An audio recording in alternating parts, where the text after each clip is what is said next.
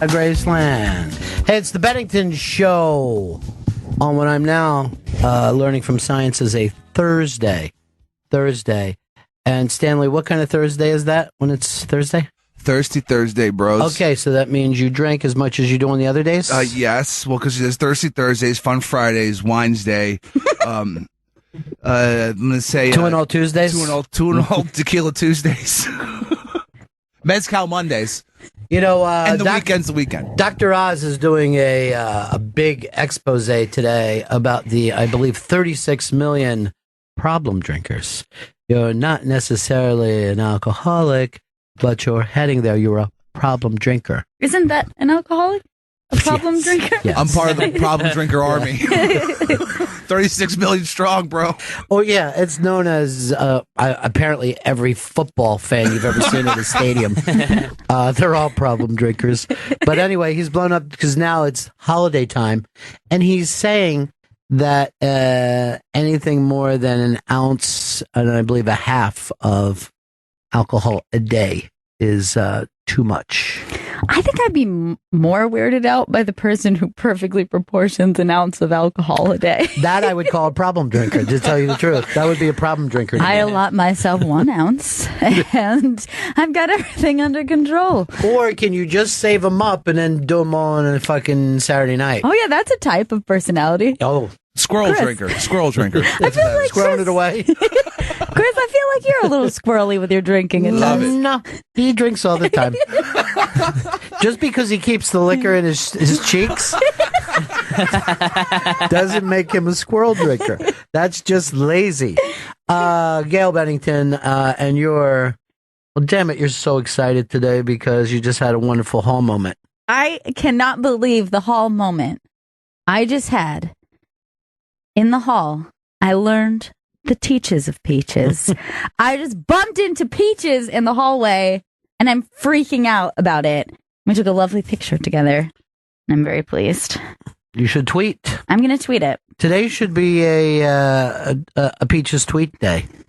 Gail Bennington last night did her first big gig. Joey Jojo did his very first big gig. Then Perlman, who is a gig master, did his first big gig with us. Chris Stanley did his first gig as the new Chris Stanley. Yeah. New and improved.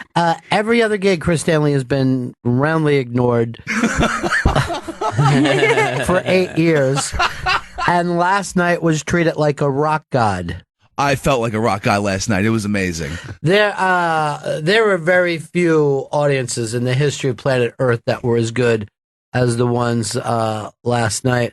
And we will, we'll get to all those stories. All right, someone just wrote, "Who's Peaches?" Oh, checking out my titties like you want want him calling me all the time like Blondie. Black up my Chrissy Baham and find all of the time. She, that of course is from Lost in Translation. Yes, that was in that movie. Bill Murray was very uncomfortable as that song was playing, and he was in some kind of futuristic titty bar. Mm-hmm. What do you, right here, Al has a question. Al, go ahead. Hey, guys. Interesting musical choice. We took a musical road trip last month, New Orleans, Memphis, and Nashville. But we stopped in Tupelo. I wondered if you ever stopped in his birthplace, Elvis's birthplace in Tupelo. That was really neat and worth the price of admission. What was the price of admission to see that old tarp fucking roof shack that he grew up in? Well, they have a church there, and they recreate a Pentecostal church service with all the hymns, and I thought that was really cool. Wait, how is that not church? If you're actually doing the hymns and you're inside the church, how did that become a recreation? That should just be church. It was cool. I love the old hymns and stuff. Like I grew up with that as a kid, and it was really cool. Also met Wanda Jackson's fiddle player in Nashville, which is also awesome. I know Gail's a fan of her. So anyway, yeah. But here's the thing: when you're in Memphis, the Reverend Al has services that you can go to, and I think you kind of go upstairs, and the rest of the people are in the seats, and it's just amazing. I'm dying to do that one day. I would love to do that. Memphis, very cool. But I'll tell you this: during the service, don't keep yelling out, "Tired of being alone," hoping that he'll do it, because it apparently makes a lot of people mad. What's this shit you're singing now? Where's the hits? Give me what I want! Harry! I want every hit from the Greatest Hit album. Army Man wants his 70s soul. It's all I need, baby! So, you're sending out your Peaches pictures? I am doing it right now. IUDSIS, stay in school, cause it's the best. IUDSIS, stay in school, cause it's the best. IUDSIS, stay in school. Did you send it to your mom? Yes, I did. What'd she say? She hasn't wrote back yet. Oh. Yeah. There it is. Oh, She's a sexy little thing, huh? She's sexy as shit. Hell yeah. Who is she in here? What? How do we not know about this, Chris? When Peaches shows. I didn't see Peaches on the list. Well, you got to start talking to people. I have to interact with humans. I mean, that's my problem. You know what? Let's take you out of that and put one of the other guys in. You're not an interactive type guy. That's not your thing. We're going to play to the strengths of everybody. Last night proved that. When we play to our strengths, we fucking, we're a playoff team. Let's face it. We're a fucking playoff team. Everybody was rock gods. Yeah. I mean, it was pretty crazy. It's true. They were just going crazy for everybody. And let's just say this when we're talking about rock gods. Hard Rock Johnny? Oh my God, Hard Rock Johnny. Hard Rock God Johnny. That's what I like to call him now. I like that. I like Hard Rock God Johnny. Hard Rock God Johnny. It was a little weirder when you put the emphasis. Well, you could just call him Hard Cock God Johnny. Hard as a rock God Johnny. As solid as a rock.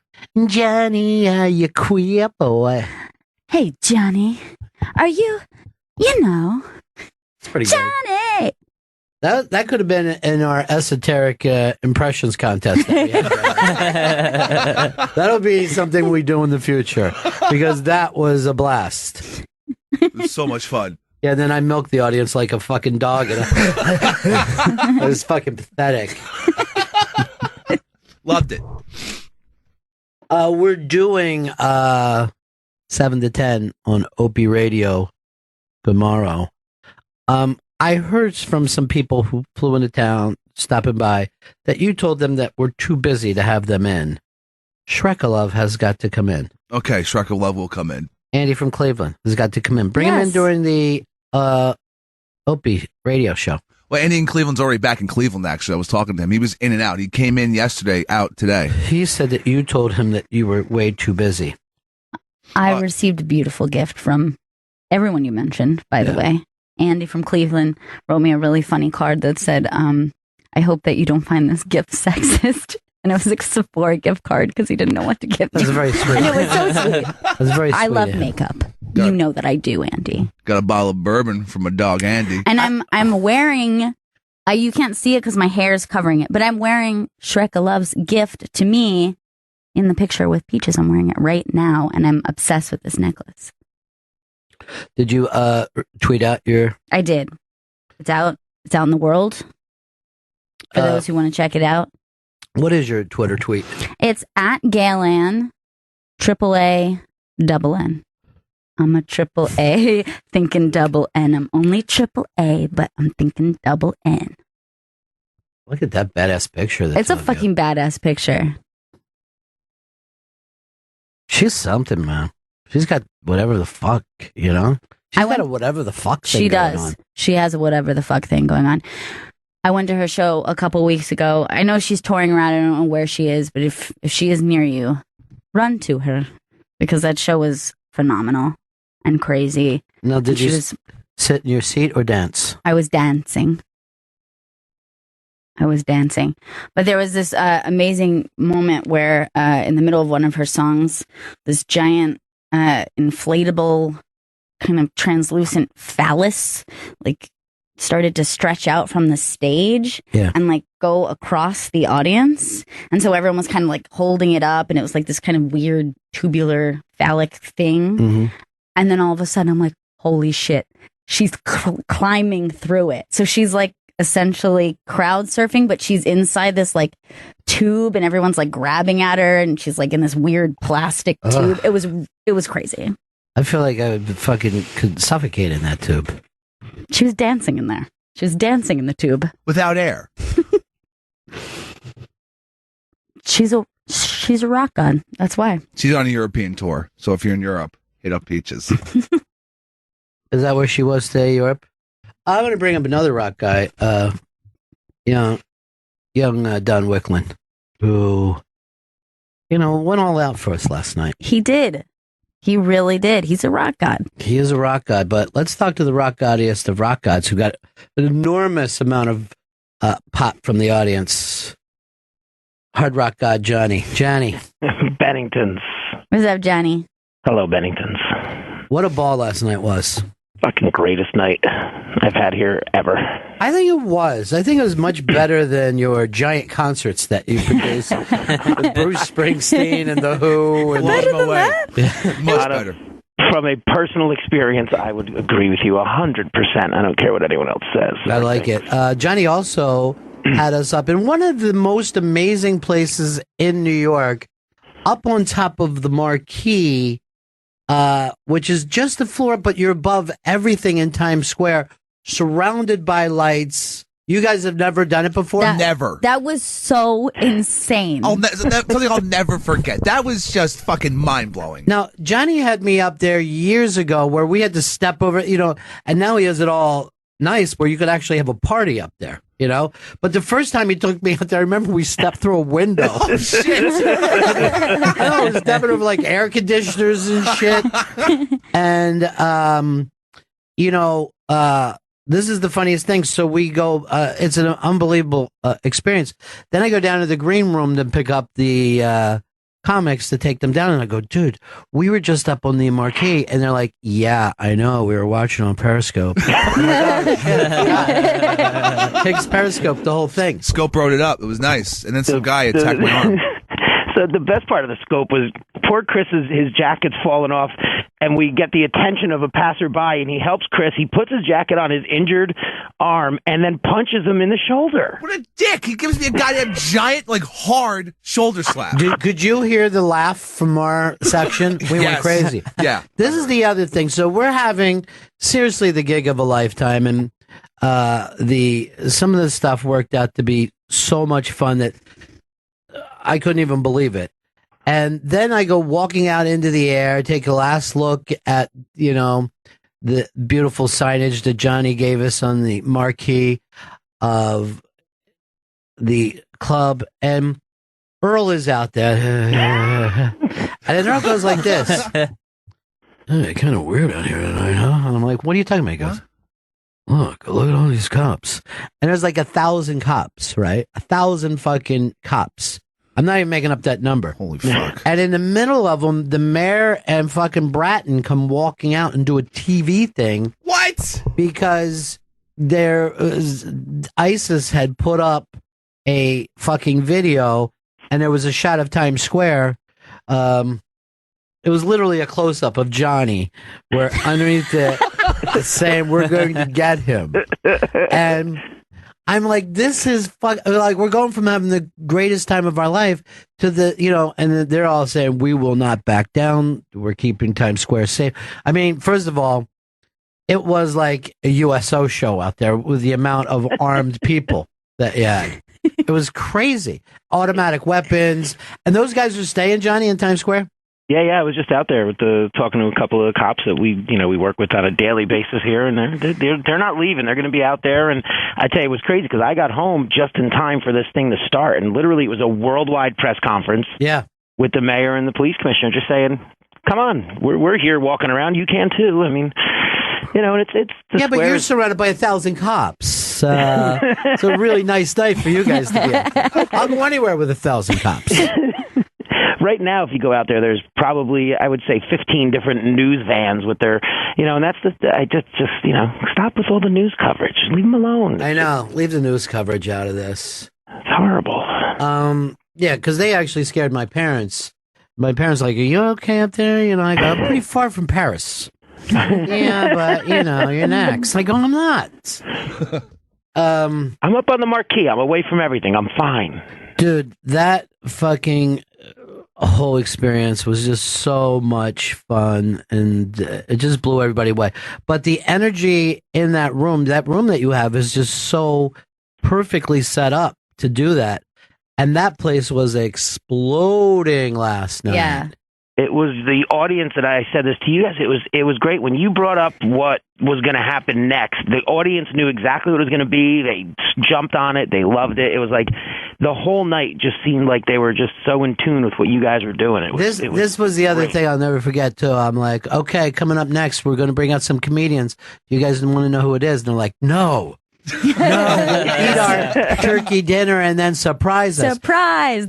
By the way, the amount of people saying how much they loved your food, and then the comics saying how much they love your flatbread.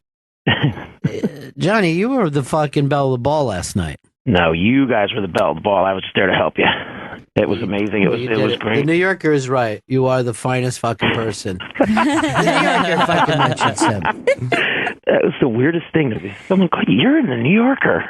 I'm buddies with a guy who's in the New Yorker, so boom. But I was identified as a man with a goatee and a skull ring. That's the best they could do for me. We were approached by a man with a goatee and a skull ring. Johnny, that's the only way I knew you the first 7 years that we were friends. I go, oh, the guy with the goatee and the skull ring. Yeah. Skull ring's going to be there? Cool. So people call me Scully for short. Sweet. Oh, I like that's a good that name. nickname. I like that name for you. Well, Johnny, we gotta think of ways to top it. We could. We definitely could. So we're coming back for Thanksgiving again next year, right? Sure, and we could do some stuff between now and then. I mean, we have a year to do other things if you'd like. Johnny was all pumped up and bringing up different ideas. And I'm like, okay, everybody wants to know what's next. Why can't I just dance a little bit? Dance backwards, celebrate. I don't think those are the actual words from it. No, but you got the gist of it perfectly. Yeah. I was the butterscotch stallion for just a few moments. All right, Johnny, I'll talk to you later, buddy. Later, kids. Peace. Johnny, treat us like kings. The Terabang had set up the stuff for the comics too, so the green room was delicious. Yes. Comfortable. And he's got couches where I felt like not going back. I'm like, hey, I'm surrounded by all these funny guys. Why don't we just stay here? Have some chocolate couple pretzels, scope a little bit. Oh, yeah, scope it up. Well, Gail had an idea last night. Why don't we just scope and play it on the TVs in the other room? And I go, because they would kill us. It would work great for us. No, they'd love it. They'd love it, I'm sure. I flew here. Richie, Canada. Hey, how you doing? Good. I got to say, the performance last night was fantastic, and as I do every day, I got up at 5 a.m. to check out Scope Bro, and the scopes were absolutely fantastic. As a guy who comes from the originator Hard Rock Cafe and can never get into your fine country again, you really made it feel like we were right there. The comics were great. Rich Voss was really funny in the background. Joey Jojo did a pretty good job. He shouldn't have recycled that soul joke, but other than that, that's Joey. That's Joey. He does, he's got a lot of used material. But Richie, why can't you come into the United States? I have a similar past to yours. Like when you tell your stories, your drug-fueled stories about your teenage days, I'm in the same era, and it's zero tolerance for people who used to behave like me. But you know what? I'd like to go and see what I could do to help you out. Like, I would honestly go there and sign for you. Make a run for the border, bro. Hey, listen, I'd settle for a Bennington shirt. Little R.G. Bennington is doing fantastic, by the way. I'm glad to hear it. Good news. Did you show your dad the picture, Gail? I did, yes. He's growing up well. So can I ask Chris one little favor? Yep. Chris, on the scopes, buddy. Yeah. I don't know what you can see, if it's what I see, but all those comments coming up, I want you to shut these guys down talking about Gail's pussy and ass and mouth and correct these guys. That's your little sister. Jesus Christ. I ignored that. I didn't even know that was happening, Chris. Chris, why are you not protecting my ass and my pussy, please? And mouth. You know that's your Don't forget your mouth. You know that's your Chris. job. They love you. It's not your fault. All right, everybody, Scope Bro, stop talking about Gail's pussy and ass. Why don't you just ban them like people do? I'm gonna fucking lay down the Scope Bro I ban know, hammer. because I don't read along. You're the guy holding the phone. They scroll so fast. Sometimes I'll see like the word pussy or the word ass. I just assume they're calling me a pussy. But sometimes I guess they're talking about Gail's pussy. Everyone stop saying the phrase Gail's pussy. I know. Please. Wait, it's not everybody, it's him. Please stop saying I don't want to say it. Let me just tell you this. He gave away a little bit, but we did something called Comedy 101, Tell a Joke or Be a Joke. It's been an idea that's been festering for some time. Mm-hmm. We didn't know how it would work. Here's what happened. It's kind of a roast and an open mic night at the same time. The entire bang went out and got us 4 killer comedians. Danny Pearl's Pearl Man went out and got us some of the best and brightest young open micers, some of them less than 6 months. They ran the comedy gauntlet. They came out, performed. There were bells, and any of the mentors could stop and assist them and move on. Let me go through the list of mentors. Louis J. Gomez, rock god. Rock God. Rock God. And was treated as such. Okay? He got the love he deserves. Joe List, rock god. Rock God. Rock God. Every line that he had. I mean, talk about a fucking comedy sniper. He'd put in one line calmly. You know, these other guys are throwing bell. He'd put in a line and basically get an applause break on it every time. You know, I'll just say this: box of boxes. That's legendary from this point on. There was a chant of just Joe. Yeah. Dan Soder, rock god. Rock God. Rock God. God. They went crazy for him last night. And then the comedy Don, you know, the man who basically is the Don of New York City crowd work, Rich Voss, rock god. Rock God. Rock God. Rock God. And I can say this and mean it. If I made a list of my all-time favorite comedians, I don't care how long the list would be, Voss is on that list because no one thinks like him. He doesn't say a single thing that another funny person would come up with. All his stuff is crazy original. It's very true. He was a rock god last night. Unbelievable. 4 rock gods come out. 6 comedians that Dan Perlman brought in. And Dan, let me say this, as a curator, that was just a kissing sound as they took my fingers and put them out. That was tasty. You know what I mean? That was tasty. I was very proud of them. You should be.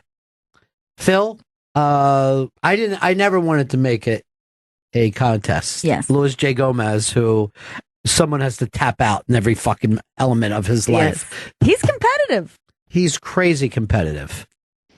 He'd still be punching Ronda Rousey if it was up to him. He demanded that the audience pick one who is now invited on Voss and Bonnie's show. They went for Phil. I'm so proud of Phil. Phil was my personal favorite and always has been. And he didn't even do some of my favorite jokes of his. Well, he didn't know where the fuck he was. He had what I call a Joey Jojo moment of big saucer-eyed, not remembering any of the material. But that's hard when you have 3 minutes to remember. Who is going to recall your own comedy when you've got 3 minutes to do? It's 180 seconds. He was doing a lot of looking around. It was like an alien. He was just put on Earth and he was just absorbing the surroundings. He's amazing. Unbelievable. Now, I was told that some of the Scope Bros said, when is he going back to sing for Journey? Which may have been a better fucking line than anyone in the room did. But he shut the mentors down a little bit because they didn't even know where to go with this. Nope, nobody knows what to do with Phil. People who run clubs, he comes in, he strokes his long hair, he just paces around nervously. People are scared of him. They don't know what to make of him. But he got up there and crushed. He did a great job. Remember when Joe Les just won at the end of his joke? Like, please, please, I'm dying. Stop interrupting. I want to know where this is going. And I'll just say this, too, because they did shoot this on Periscope last night. When it comes to Phil, the Indian, Filipino kind of shaman, you know what I mean? Like, he has a foot in each dimension. I'll just say this to the Scope Bros. Don't bring up his pussy, asshole, or mouth. No, please don't. Don't. Chris, it's your job to protect the pussies and asses and mouths of your coworkers, and you know that. When Phil came on stage last night, I don't know if anyone saw me, I was petrified because I thought it was the Indian from Fargo. And I'm like, this motherfucker can't be stopped. He killed one of those tracker. He killed one of those crazy twins. And then he fucking cut off Brad Garrett's head. Careful with this guy. That was amazing. I mean, Dan, you and I talked about that show.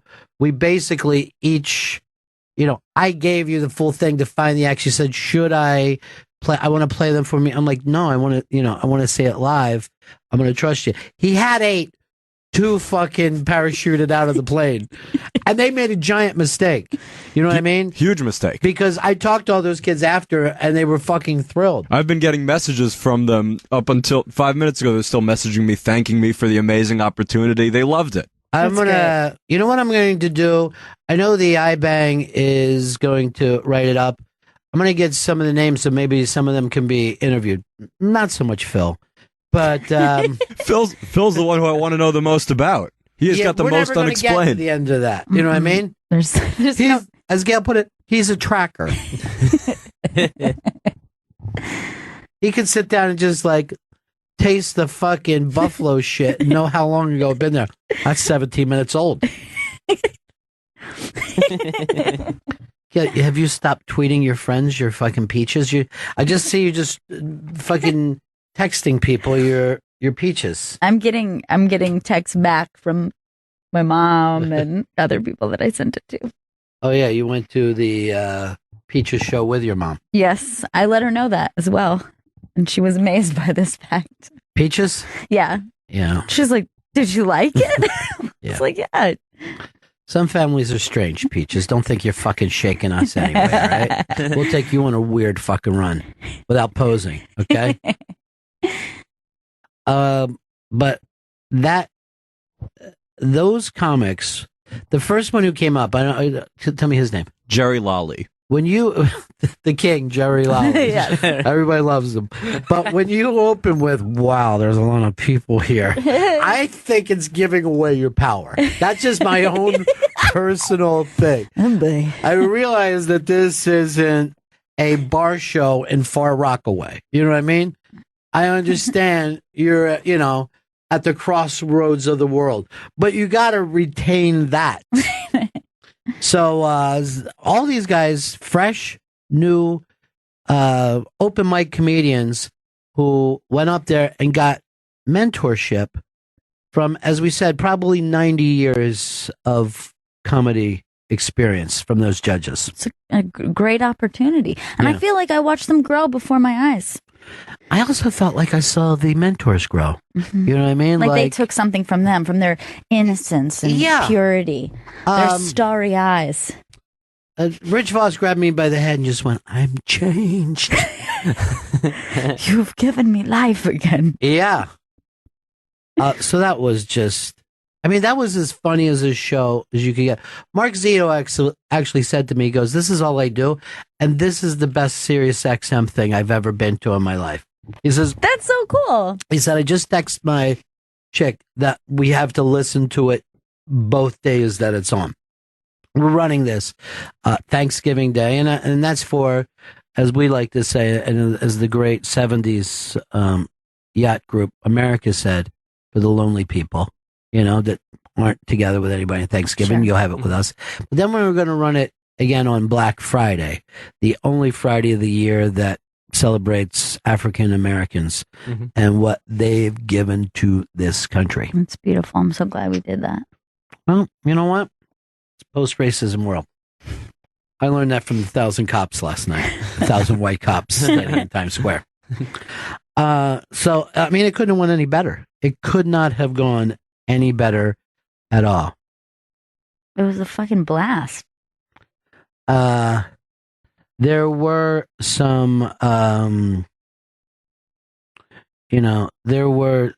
there was, slight tensions that went through the night. One of, I think Vagina Boy tried to get into the comics green room and was thrown out immediately by Louis J. Gomez, who screamed at him, "Get the fuck out of here. This is our green room." And the kid had to run down the hall as fast as he could. But he just wanted to thank some people. And by the way, we told them that they had to stay apart before the show. Yes. This was after the show. So Louis J. Gomez might have overreacted a little bit. Vagina Boy was a scream, and people loved him. Grant Lindahl, that's his name. And then the young lady, Rachel Joan. Yeah.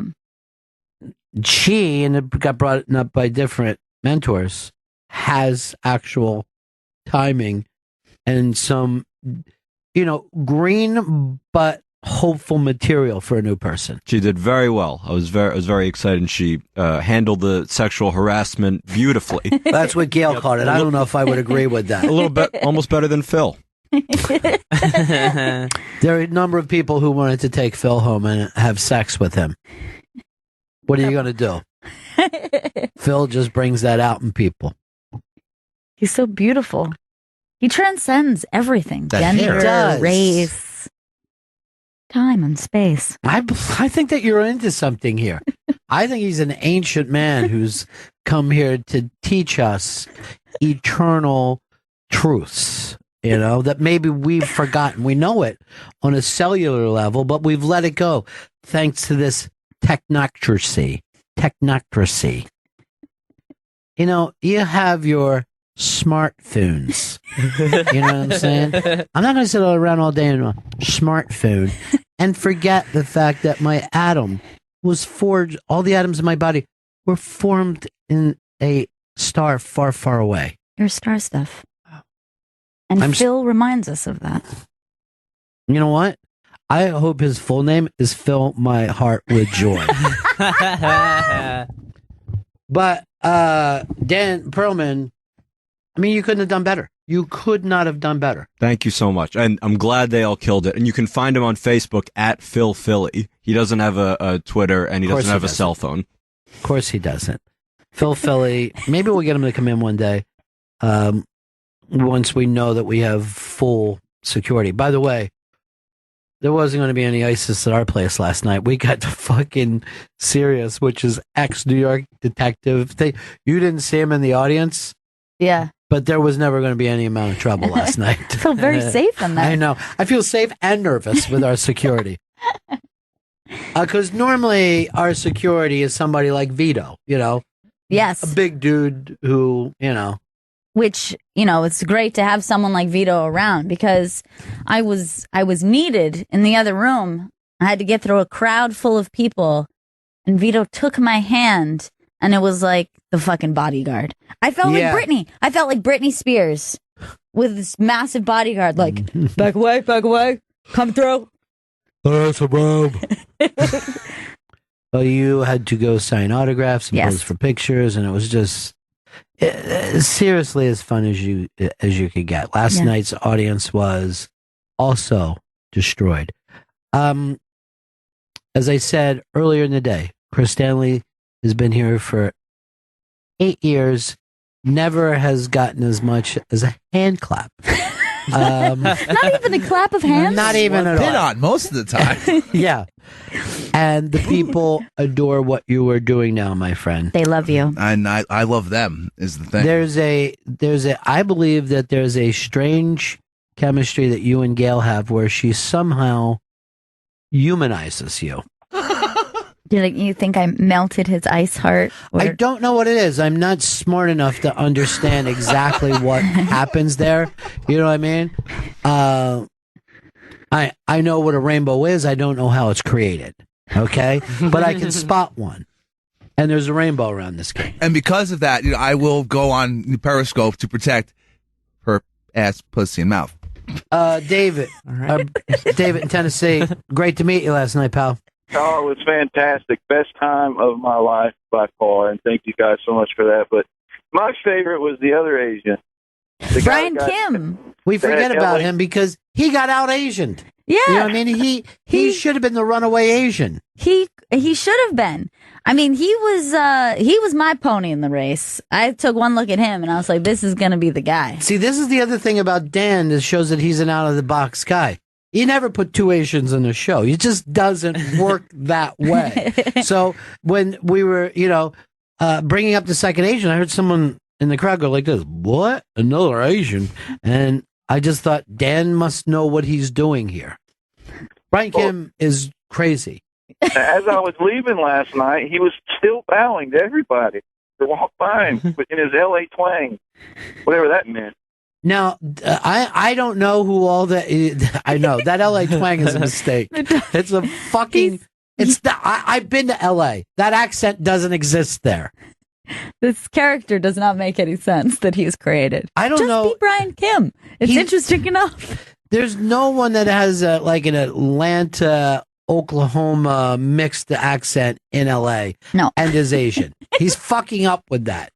He's got to, go in a different direction. I didn't even consider race with these guys because they're all just their own creatures. They just transcend. But let me just ask you, the two guys that bailed, the black guy and the Puerto Rican guy, is that what happened? It was a black guy and a white guy. Because, Why did they bail? the black guy was sorely missed. Yeah, it needed it. Chickened out. Two Asians and no black guy? It's weird. I know. What's happening? That's why I ended up having to talk to a detective and explain to him, no, we had a black guy. He put on a parachute and jumped out of the plane. Can't stop him. I mean, Gurian brought a black girl. Does that count? She's very lovely. And then I had an uncomfortable Good, moment there where I said, I met you before. And I did not. But he always has Oddly, he always has a black or Asian with him. Yes. That's his flavor. That's what he likes. Again, I pointed this out last night. It's a way to stay in the game. It's a way to extend your career. Sometimes, yeah. So, obviously, the people went crazy for the style of cashmere. Oh my God, he got a huge pop. Pants.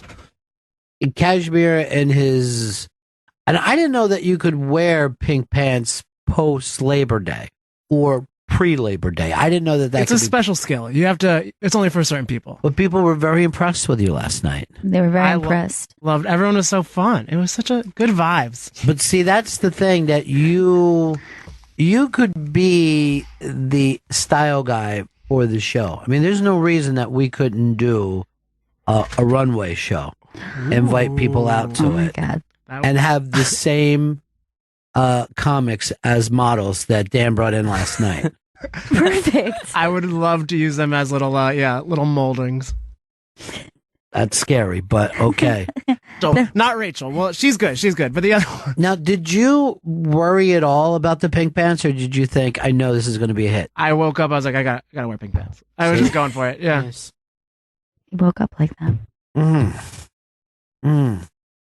Stanley went with the late in life Rambo look, which late in life Rambo. I didn't think worked, but what can I say? The critics proved me wrong. It was a crowd pleaser. Yeah. I like to give them what they want, and that's crazy old vet. I thought it was a veterinarian at first. But you know what? Let me say this, Chris. I don't have a problem with non-military people wearing an army jacket. But when you have your arm in a sling and you're wearing an army jacket and you're letting people say thank you for your service in the middle of Times Square, wrong. I thought it was good to just drape it over the shoulder. Social faux pas. You know, it happened once. I thought, oh man, should I say something? Should I tell him I'm not a veteran? And then it just started feeling good, and I just let it go. Did you reach Shrekalov yet? Yes, I did. 9 a.m. tomorrow? Tomorrow morning, yes. Great. Taken care of. Taking care of business. TCB. Now, you're doing a smoking with Chris at what time tomorrow? 10:45 a.m. on Periscope.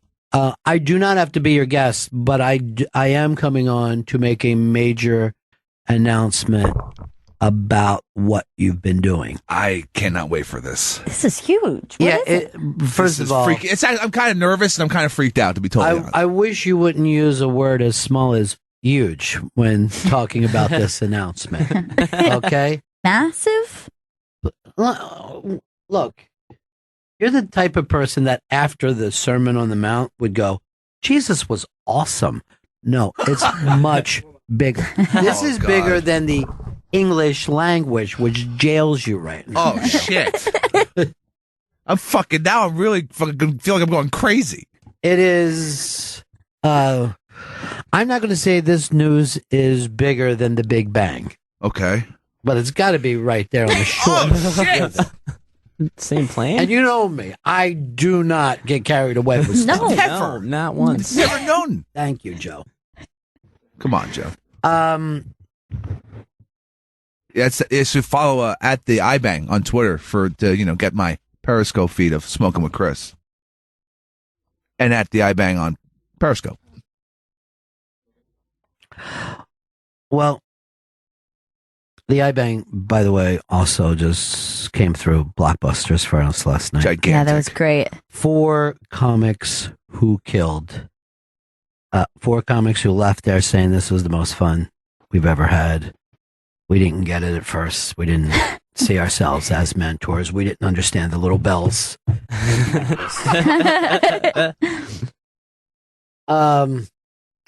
Tucker, what's up?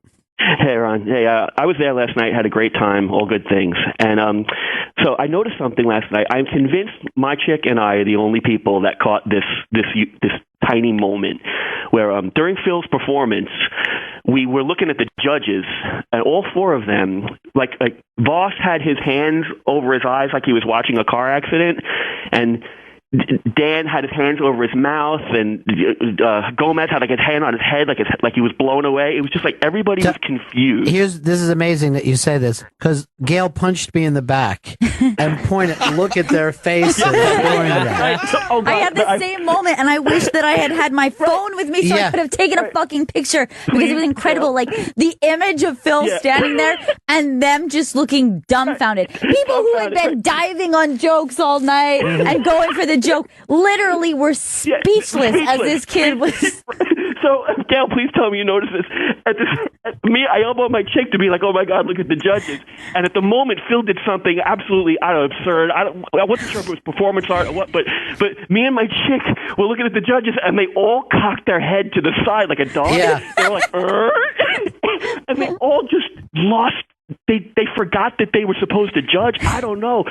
It looked like they were going click, click, click, click, click up a roller coaster. There was nothing like that kid on stage, and when he would stop and stare at his little notes. Right. At some point, I'll let you go real quick, but at some point, if I ever bump into you on the street, I want you to tell me privately if that was a work. I am telling you now, because I would take full credit. I mean, Chris Stanley's a work. I'm not going to fucking lie to you about that. No. Sure. But this kid I had never seen before, and Dan, I will tell you how I know who this kid is. I was watching Dan's Periscope from Halloween, and Dan dressed up like him and went on stage. Am I right, Dan? You're absolutely right. That was who I imitated. That's why I recognized him. I'm like, that's what the fuck Dan was doing on Halloween. All right, thanks for taking my call, guys. Be well. Peace. So I'm going to guess this. Not a lot of comedians feel the same way as you do, like that this is a healthy thing to have around in the clubs. I think most people are scared of him, yes. But when you talk to him, He's a very interesting guy. He sent me his resume once, and it was the weirdest. He said, "I've guided a blind man. I'm good at carpentry." I'm like, this is Jesus's resume, Phil. What are you talking about? You're right. You know what? Take him as it is, Jesus, is what I say. Treat him in the same way you would.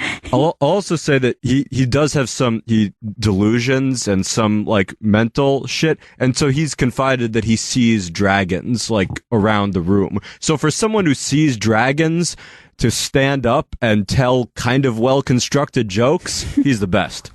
I certainly would like to make a friend out of the guy. I think that he's amazing. But I think we all imagine dragons. Am I right about that, guys? Mm-hmm. So true. Love that. Well, it was phenomenal. And, this is one of those things, because I said when we had the initial idea, I'm like, it's going to either kill or we will be killed. And we're going to have this horrific. I mean, the smart and easy thing would to do the second act the same way we did the first act. After feeding people, everyone would have left happy. You know what I mean? Right. Or we could have brought out the comics and had a little ball busting session. But I feel the show delivered a next level thing right there. We brought theater to the people. Yeah. We brought basically water to a thirsty world. Now, I believe we've mentioned all the players in the show except for one. Joey Jojo. Yeah. What happened? Let me just say this. Gail brings up all the comics, and you had funny stuff that was, presented, and you knew something great about all the comedians and odd and bizarre, and you were delivering it in a way that was just weirdly perfect for that moment. I don't know whether it would ever work anywhere else, but in that moment, it was perfect. And then you say this announcement as you're bringing up the last comedian. I say our last comedian is from Puerto Rico and from St. Paul, Minnesota. And I couldn't even finish the rest. We had funny stuff written down. I was very excited to say it.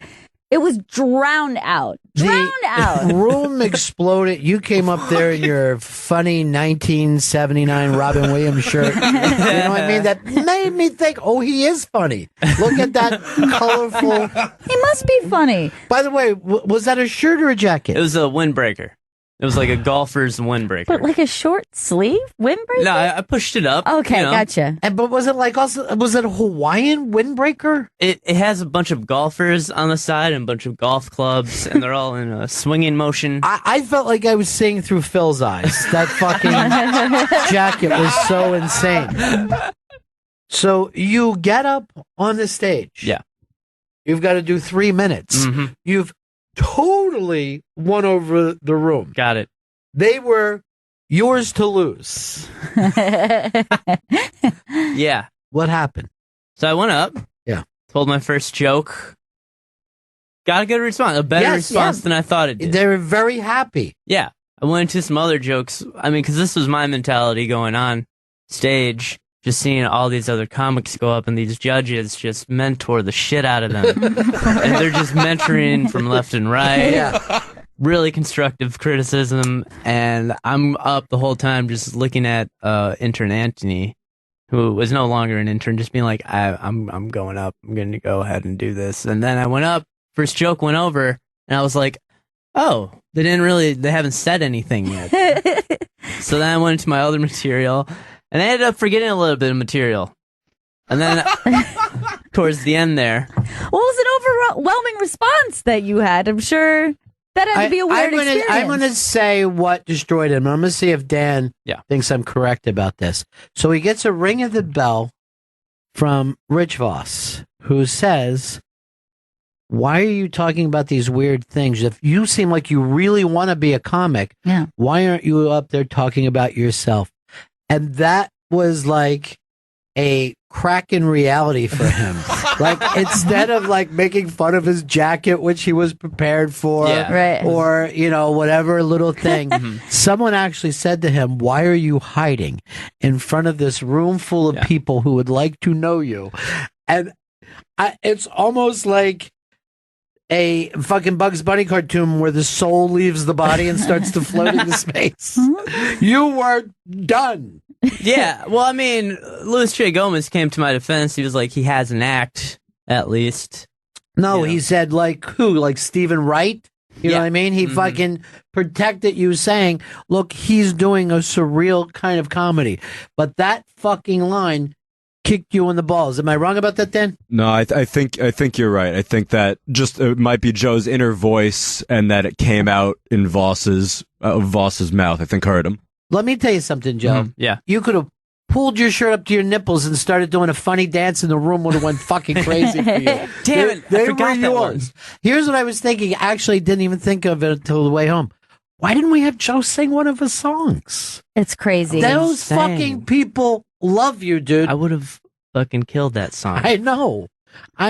If you would have done any of your great songs, they would have lost their minds. I could only imagine what my face looked like as they started to go crazy after I said born in Puerto Rico. Like, I was like, wait, what? Yeah. Do they know who I'm? Yeah. What the fuck? I mean, it was nuts, their reaction to you. You're loved. Yeah. I forgot a lot of jokes. Loved, Joey. As you were going up on stage, someone yelled out, "Pretty good price." And I'm like, that's your hook. I could have sang that. Weird Al doesn't go out there and start trying to fucking do a monologue. He gives the people what they bought. The hits. I could have done an original for that night. An original Thanksgiving Pretty Good Prize. It was fucking so much fun. But you were you in shock with that kind of reaction? Is that part of what got to you too? No, I wasn't that, because my material kills. Yeah. Bullshit. No, I don't mean that. I mean just the reaction that you got coming to the stage. Was it more than you were expecting? Did that kind of throw you off? It was definitely more than I was expecting. Yeah. And I had, I was going to do this bit where I, checked my phone and I was going to turn it into a joke, but I fucked that bit up. And then from there, I just forgot what I was going to say after that. So then afterwards, I was like, Philly, where I'm checking my notes, being like, what jokes did I miss? And so I still have 3 minutes. 3 minutes. That's all you had to do. I tried to do my, hey, have you ever seen the hit Broadway musical Stomp joke?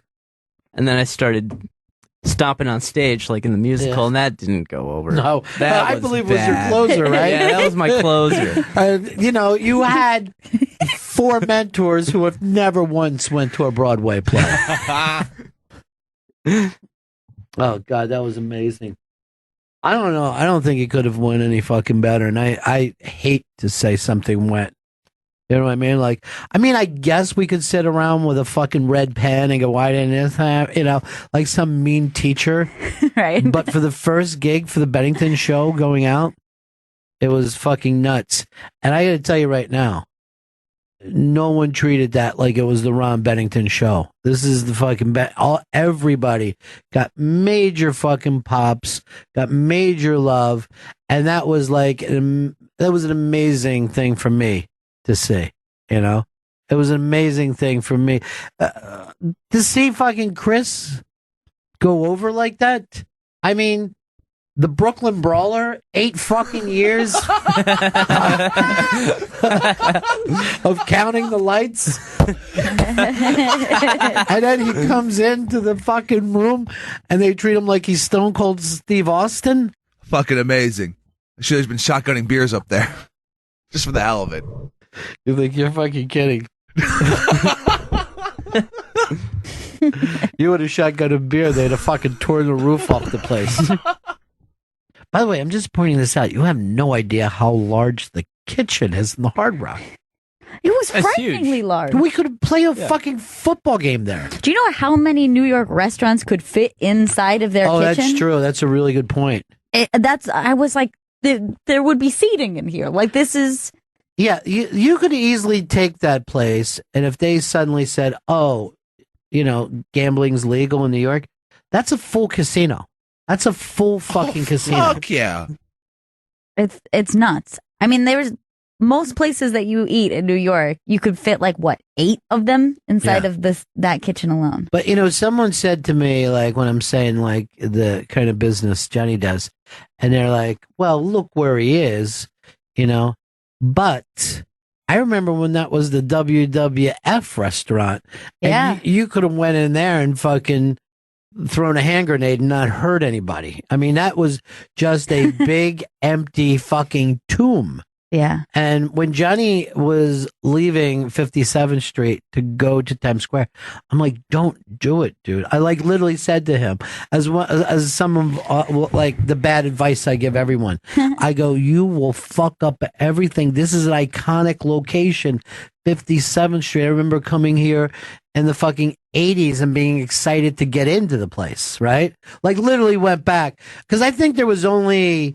It was a London Hard Rock. It was a New York Hard Rock. I don't remember if there was L.A., maybe L.A., maybe Miami, New Orleans. I think something like that. But I remember going back and telling people, "Hey, I got in the Hard Rock Cafe," and they were like, "Fuck, really? Like, was Rod Stewart there?" And I go, "No, not when I was there, but a cheeseburger." There's always those things in those days that it was like literally like an it place, right? Vincent D'Onofrio used to fucking work the door. He used to be a bodyguard there. That's crazy. I didn't know that. Yeah. But I'll say this. He wasn't a movie star yet. I mean, Right. Oh, yeah, sure. But it was minutes before. I mean, it was like right before. Matter of fact, I think he might even shot Full Metal Jacket and then came back and worked there, waiting for his next opportunity. I'm not 100% sure about that. So that was spectacular. We met so many people. It was just so great when you meet people who have like a one-on-one relationship with the show. But one of the most things that ever blown me away is Rich, the fireman, who New York City fireman, retired, and now is a painter of, what would you say? Is that called fine arts when you sit and paint like that? When you try to explain what kind of painting a person does? Yeah, I suppose. Yeah, but I mean, he's definitely doing like proper like oil painting. They're oil type. paintings. Yeah, yeah. He gave me a painting, and it was stunning. If we'll try to put up on Twitter so you can go see his work. For a guy who's been painting for 4 years, when you see a skill and a craft that I would kill to have. I love the thought of painting. I love the thought of someone being, during the afternoon when the light is perfect, to sit there and paint things that they want to paint. I have no idea what it's like to do that. To have him give me one of his paintings was just, it killed me. yeah, like the skill of I think that everyone romanticizes that because the skill of being able to communicate that way with your Right. hand, to say like, this is how I see it in my mind, and to perfectly be able to execute it. I was floored. I was floored when you showed me the painting that he gave you. Yeah, I'm just stunned. It was beautiful. He gave me a painting as well, and it was like photo quality. He said he painted it with oil. I was like, this looks like a picture, Rich the Fireman. Did you go and look at his website? Because I went and looked at it last night. If you go to the Bennington Show Twitter, you can see some of his work. And he had his daughter with him last night, and she was wearing a Cruella de Vil jacket. It was awesome. I was obsessed with her jacket. Yeah. In fact, I saw her in the audience and kept Me looking too. at it like, I hope I meet that chick because she's so cool. Yeah. And then when we took a picture together, I was like, I hope you don't mind. I'm going to be stroking your jacket the entire time we were talking. All right, see the kind of soapbox derby car? I got one of the variations, one of the many that he's done in this way, not of the same picture, but from different perspectives and all that. Right. And it kind of represents the time this would have been like the childhood kind of looking things of what, Phil and I grew up with, a kind of a different American than what you guys, grew up with, kind of the last physical America that we had, even though the old people told us we weren't living in a very physical world at all, right? They're like, you have that TV set of yours. But if you look back on it now, it really was about, kids having pocket knives and making their own soapbox cars and playing baseball, sandlot style, all stuff that you just don't see anymore. And his ability to just, capture, I don't know how you can capture a feeling when you're painting. I don't know how it happens. I'd kill for that. And I would always just be yelling at people, I'm painting. You know what I mean? Don't bother me. I'm painting right now. I paint. And the thing that he's been doing this for 4 years, he worked, as a New York City fireman for many, many years. And I was shocked when he said he'd only been painting this way for 4 years.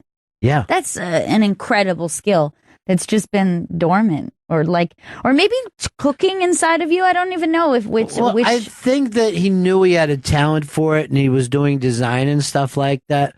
But when you shake loose and just saying, I'm going to express look at that. That's just fantastic. Go back to the one where it's like a skull and a bottle. That one is so beautiful. A little higher up. Look at that. That's stunning. Yeah. And so different than the other ones, right? That's crazy beautiful. And of course, he being a New York City fireman and, being on the job in the era of, 9/11, lost so many friends. When you look at that helmet that he painted, the fire helmet, and you just look at it and, know that there's a sense of history connected with that. Yeah. But by the way, we were talking about his daughter. She set up I guess like a gallery show for him, and people came and he was selling paintings. He sold like 10 paintings that night. And this is really new for him. But the fact that they had that, that she's out there getting his name out, it's really, really great stuff. I love that. Yeah. That's so cool. It's amazing the people that listen to the show and the connection we have, even though, we kind of don't know each other. We also kind of do. You know what I mean? Like if someone says I listen to your show, you kind of get what kind of person they are, Yeah, it was so cool to meet people, and you start talking to them, and right away you realize you have a connection to them, even though it might have seemed one-sided because they're listening to you. Right. Immediately you can start in on a conversation because it's very personal. It's a very personal way that we link up. Because it's kind of like we're hanging out together. And a lot of people think, I could go in there and hang, and they're probably right. You know what I mean? Like Right.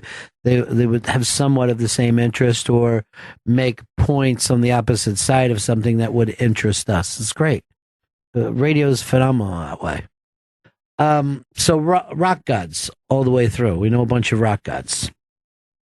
And that's an extremely cool thing. But you guys and Joey, I know Gail put together that. What did you call it? Your production notes or whatever?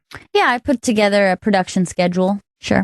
Everything ran on time. Everything. When I looked up when we went to breaks, literally on time without thinking about it. It was we're in the green room waiting to come out, and Chris is pacing around saying, "This is the first time I wasn't out front," and I'm like. You gotta trust Joey. Joey's got it now. Yeah. Schedule boy, rather. Schedule boy, they call him, and he nailed the schedule. Yeah, nailed it. All our interns crushed it. Yeah. Everybody killed. Everything was happening like clockwork, and I was like, I work with a bunch of fucking professionals. You know what I'm mad at myself for? I didn't bring up Zito last night. And he did great work for us, and of course, people know him from the past, but there was so much shit going on that he was the only person I didn't mention, and he was great. Izzy killed it. But he actually came running up to me going, "This is the best fucking show." He was dying. He was standing next to me as the comments were coming up, and he was losing his mind. He was losing. He's like, I can't believe this is happening. And I was looking at him like, this is fucking amazing. Well, we had to explain to the mentors what the thing was, and I was still explaining as we were walking up to start the second act. I was saying, no, you're free to go for this. But once they all started hitting the bells together, I'm like, I think this is going to fucking work big. And by the time when we were like, it was kicking off, I literally felt like a genius. I'm like, because like when you get an idea about something, like I'm saying, this thing wouldn't have worked without everybody pulling together and doing this stuff. From a production point of view, we kept it minimal. You know what I mean? I don't know whether if we keep doing this in the future, whether we want to have more stuff, but it was so smart of us to do it pretty much on a blank canvas, Yeah. It was great. It was perfect. And you're right. It was like seconds into it. I was like, okay, this is going to go really well. I can't remember the last time that I did something that I thought, something that I thought of came into physicality and work. You know what I mean? Yeah. And it that's was the a way brilliant idea. Yeah. But I don't mean just that. I mean the whole night. And I mean working with you guys too. You know what I mean? It was a huge, weird turn to do with your career, particularly at my fucking point in my career where I could have, done a couple different things. But to work with young people that have fucking taken the ball and run with it, and like I said, there was at no point did I feel like, oh, it's the Ron Bennington show. You know what I mean? People were there for everybody. It was so fucking great to experience that, Like, I kind of feel like, I felt like, oh, so this is what it feels like when you're coaching the Patriots and everything starts to fucking work out. Like, you guys, seriously, made it happen, Well, it was so cool for me, like, seeing you in front of an audience, which, all of my early memories are of you that way. And they were like the same dude you were. Yeah. You just crushed. Well, I got out of it because, people, places, and things. It's not an easy environment. But last night was, yeah, you're right. It was just really fun to do. And again, you take a Chris Stanley, just a washed up, broken out. I mean, he's a broken down piece of meat. Let's be honest about this. Not a has been and never was. You know what I mean? And the way that crowd popped for him, my fucking heart was beating fast. Yeah, I loved it. And you couldn't have looked shittier. Oh, I look like a crazy person. It's so sick. Don't forget. The sickness was gone. Did you notice? Yeah, it felt good. That's adrenaline. Oh yeah, I love adrenaline. Gotta see if I can get that artificially pumped into me. The only person I know who ever got it was Hunter Thompson. He had that adrenal gland that he was sucking. I gotta get me some of those adrenal glands. That's one of the jokes I forgot last night. I was gonna go, hey, you guys pick up Hunter S. Thompson's new cookbook? Yeah, it's called Fear and Low Man in Las Vegas. Dude, that would have fucking destroyed. The mentors wouldn't have had anything to say to that. No, just not shut their one asses down. Thing. That's Phil level stuff. All right, we got to stop our circle jerk here and jump into some more stuff. Here are the big stories. This is from Joey Jojo. Kate Moss chooses her 11th sexiest pics of all time. Joey, I know this is... He's obsessed with the ladies. I know. He loves the ladies. Love the ladies. There's also a Chuck Klosterman story where he picks the greatest quarterback of all time, who he interviewed.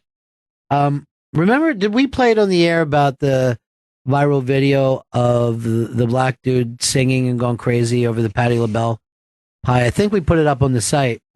It was up on the site. We haven't played on the air. Walmart has sold out of that. Oh, that pie? Yeah. Are you serious? Yeah, they sold out of the pie. And it's definitely because of this.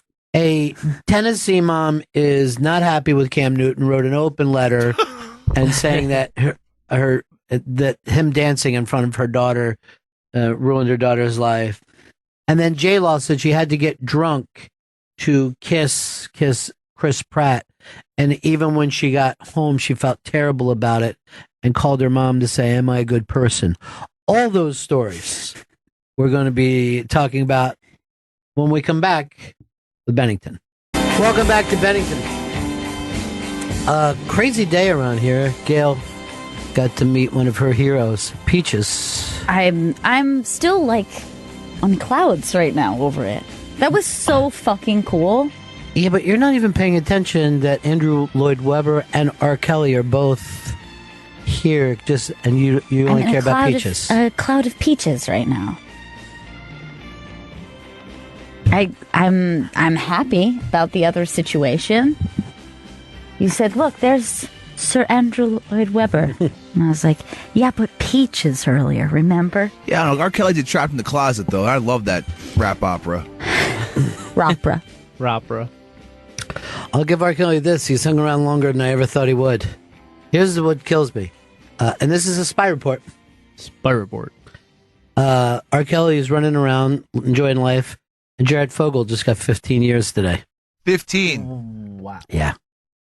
That's a lot of years. I saw his psychologist report or whatever said he's only really guilty of mild pedophilia because he was with 16 and 17-year-olds. And now I guess there's mild pedophilia and full pedophilia. I don't. So they're saying, hey, he's not with a child. He's not with a 2-year-old. Yeah. Not with a baby. With a toddler. Or a tween, even. Holy shit, look at that picture of him. He's putting the weight back on. He's fucking totally given up.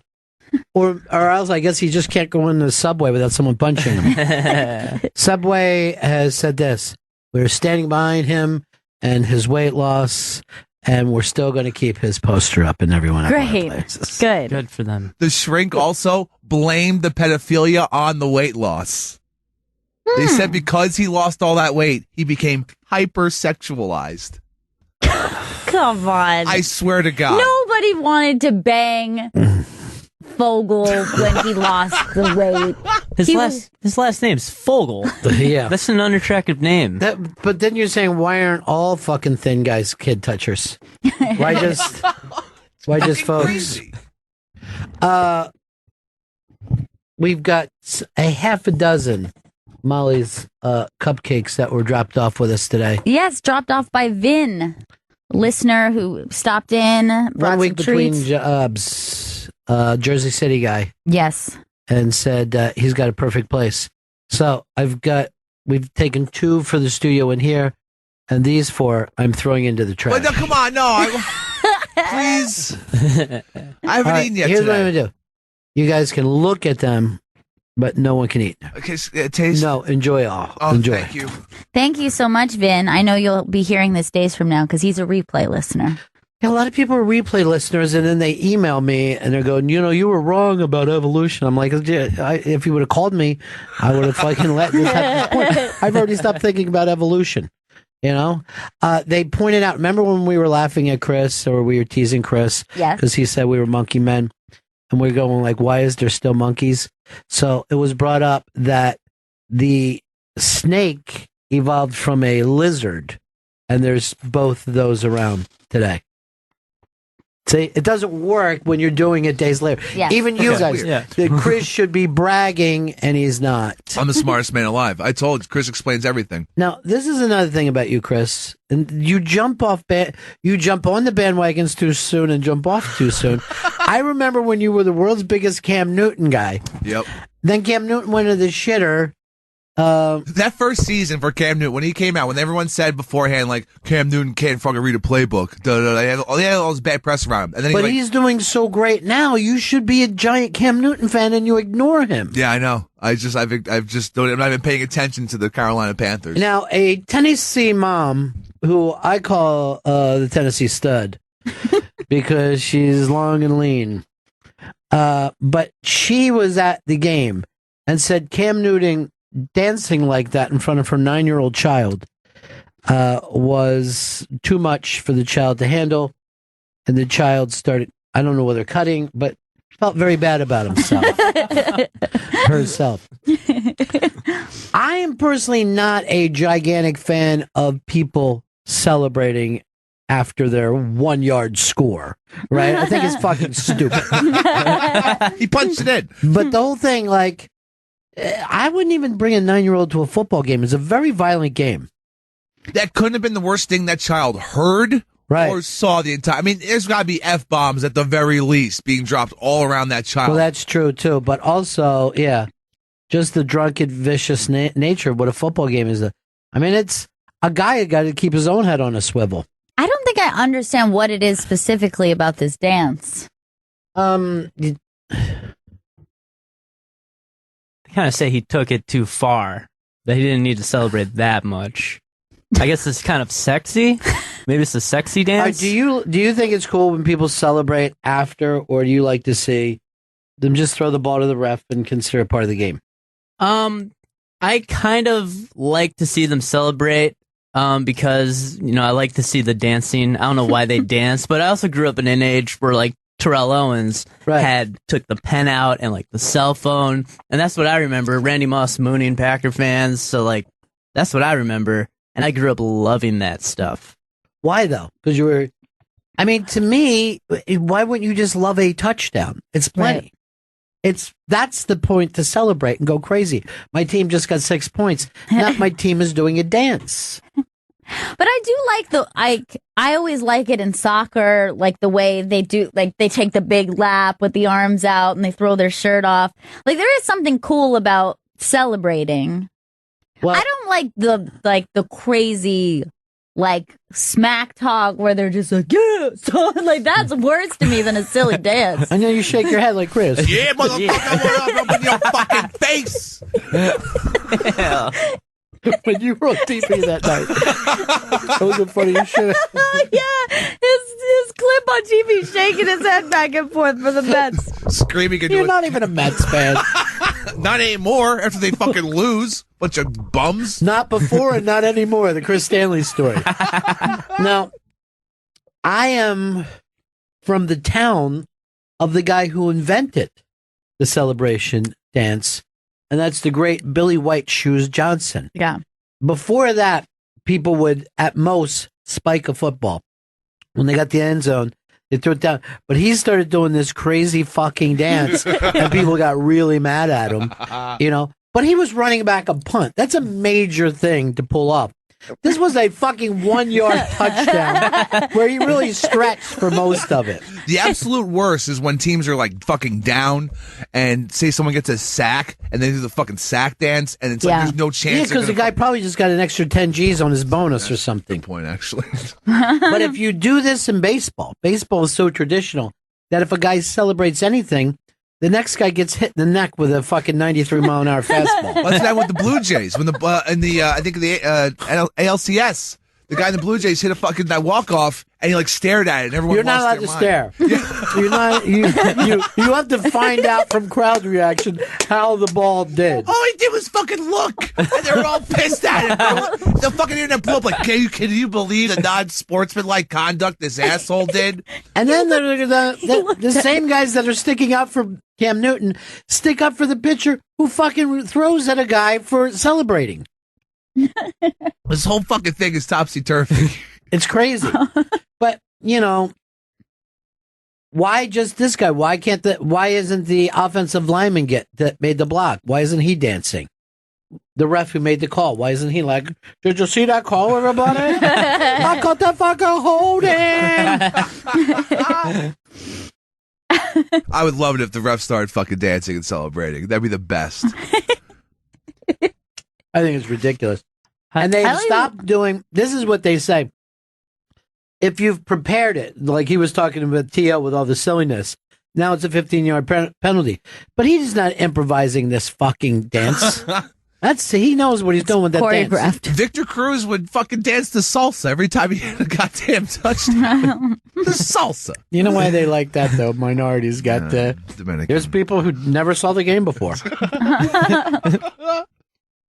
And then, like I think last season it was like in vogue to spin the ball on the ground like a top, Right. and then that became a problem. That was too much for the Everyone NFL to stopped deal with. doing this. Everyone was fucking doing it. No matter what happened, people were fucking spinning fucking balls. That was my favorite one because then you could gather around it like it was a bonfire. I missed those days when someone would throw the ball up and then the whole team would just act like it was an explosion. I don't know if that ever happened or that was just in an Oliver Stone movie. that was just in the fucking Any Given Sunday. Maybe that's what that I'm was. thinking of Any Given Sunday again. I'm never not thinking of that movie. It's true. He loves Steve and Willie Beeman. Fucking. And when Jamie Foxx was here, he's like, "Did you see who was here? Steve and Willie Beeman." I go, even he doesn't remember that part. What up, Beeman? What up, dog? He's got 8 fucking films bigger than that stupid thing.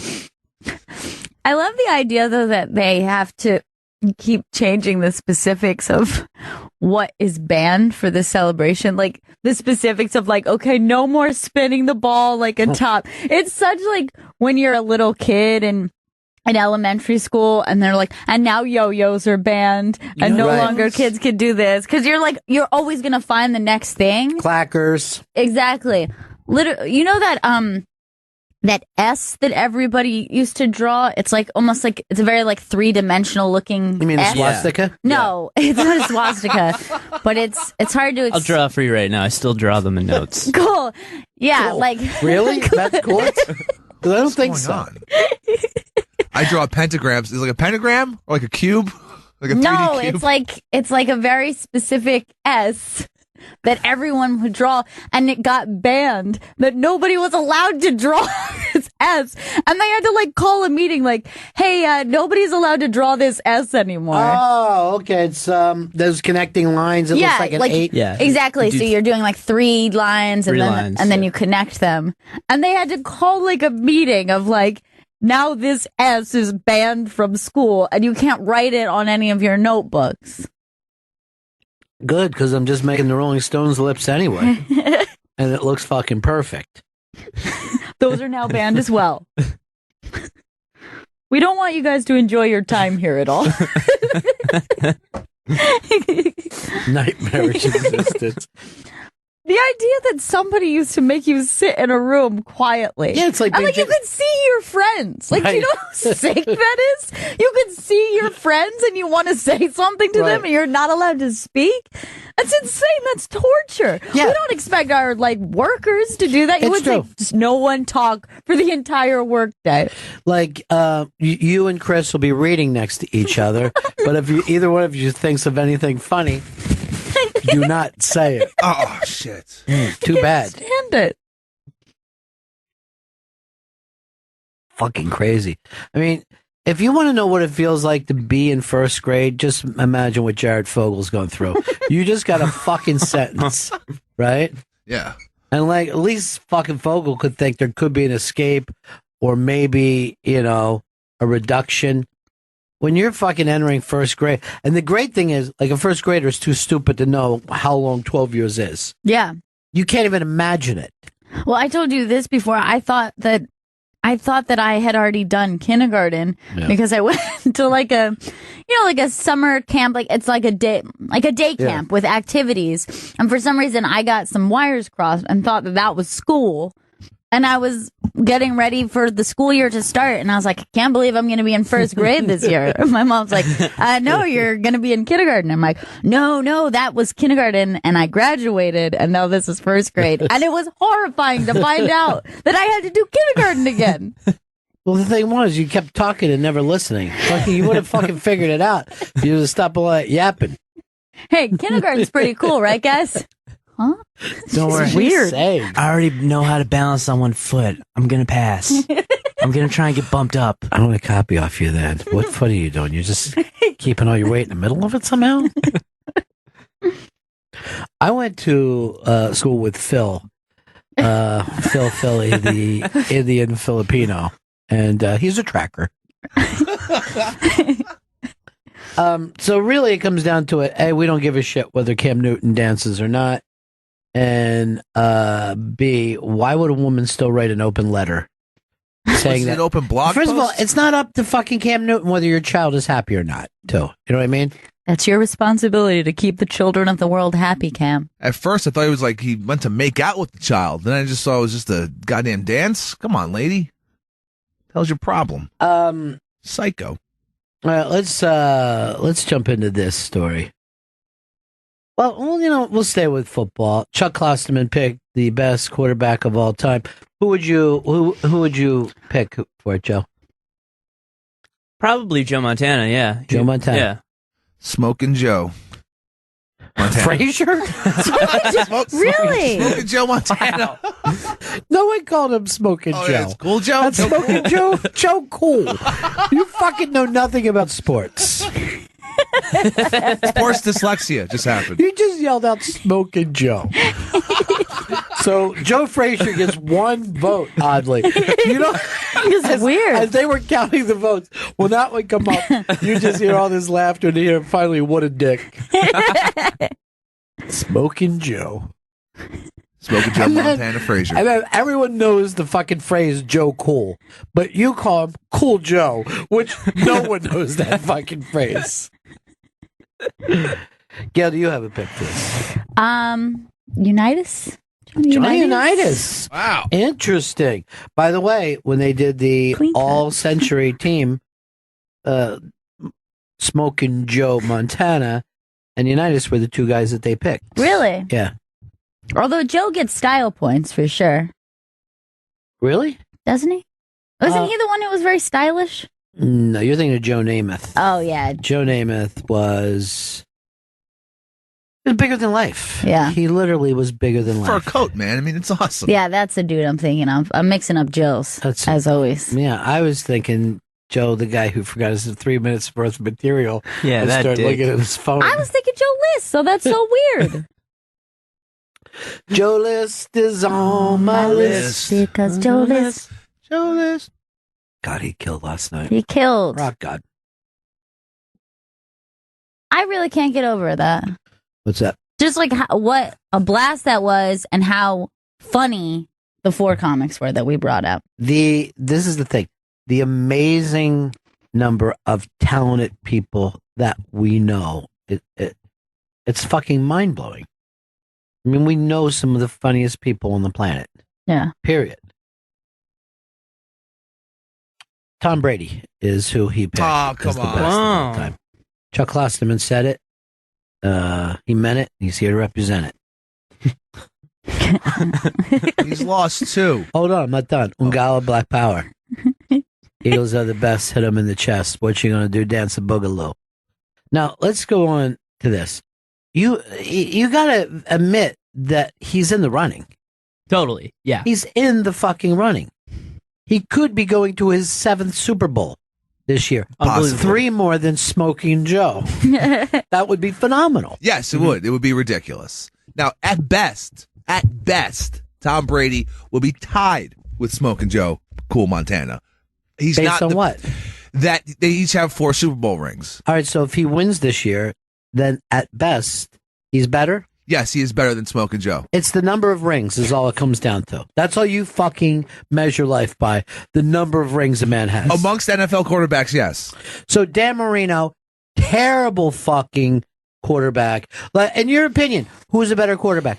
Dan Marino or fucking Eli Manning? Eli Manning. Come on.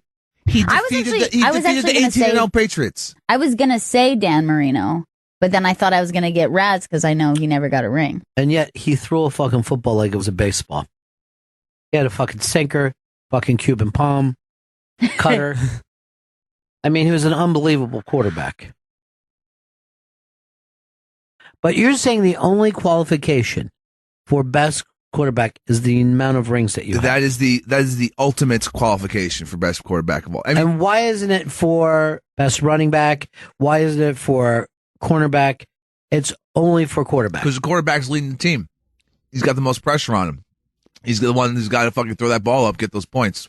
So, knowing that, the team with the most best players, has got the best chance of that. Yes. Because we've seen some really bad quarterbacks win fucking Super Bowls, but that means nothing to you they're a great quarterback because they have a Super Bowl ring. They manage the team. They're the team manager. They manage the team to that Super Bowl. Some guys only came in the last 6 games and won. And they got him there, though, didn't they? See, this is the thing. You're so frustrating to know someone like you who fucking sits around and has small thoughts that maybe they heard here or there. You're not fucking paying attention to life.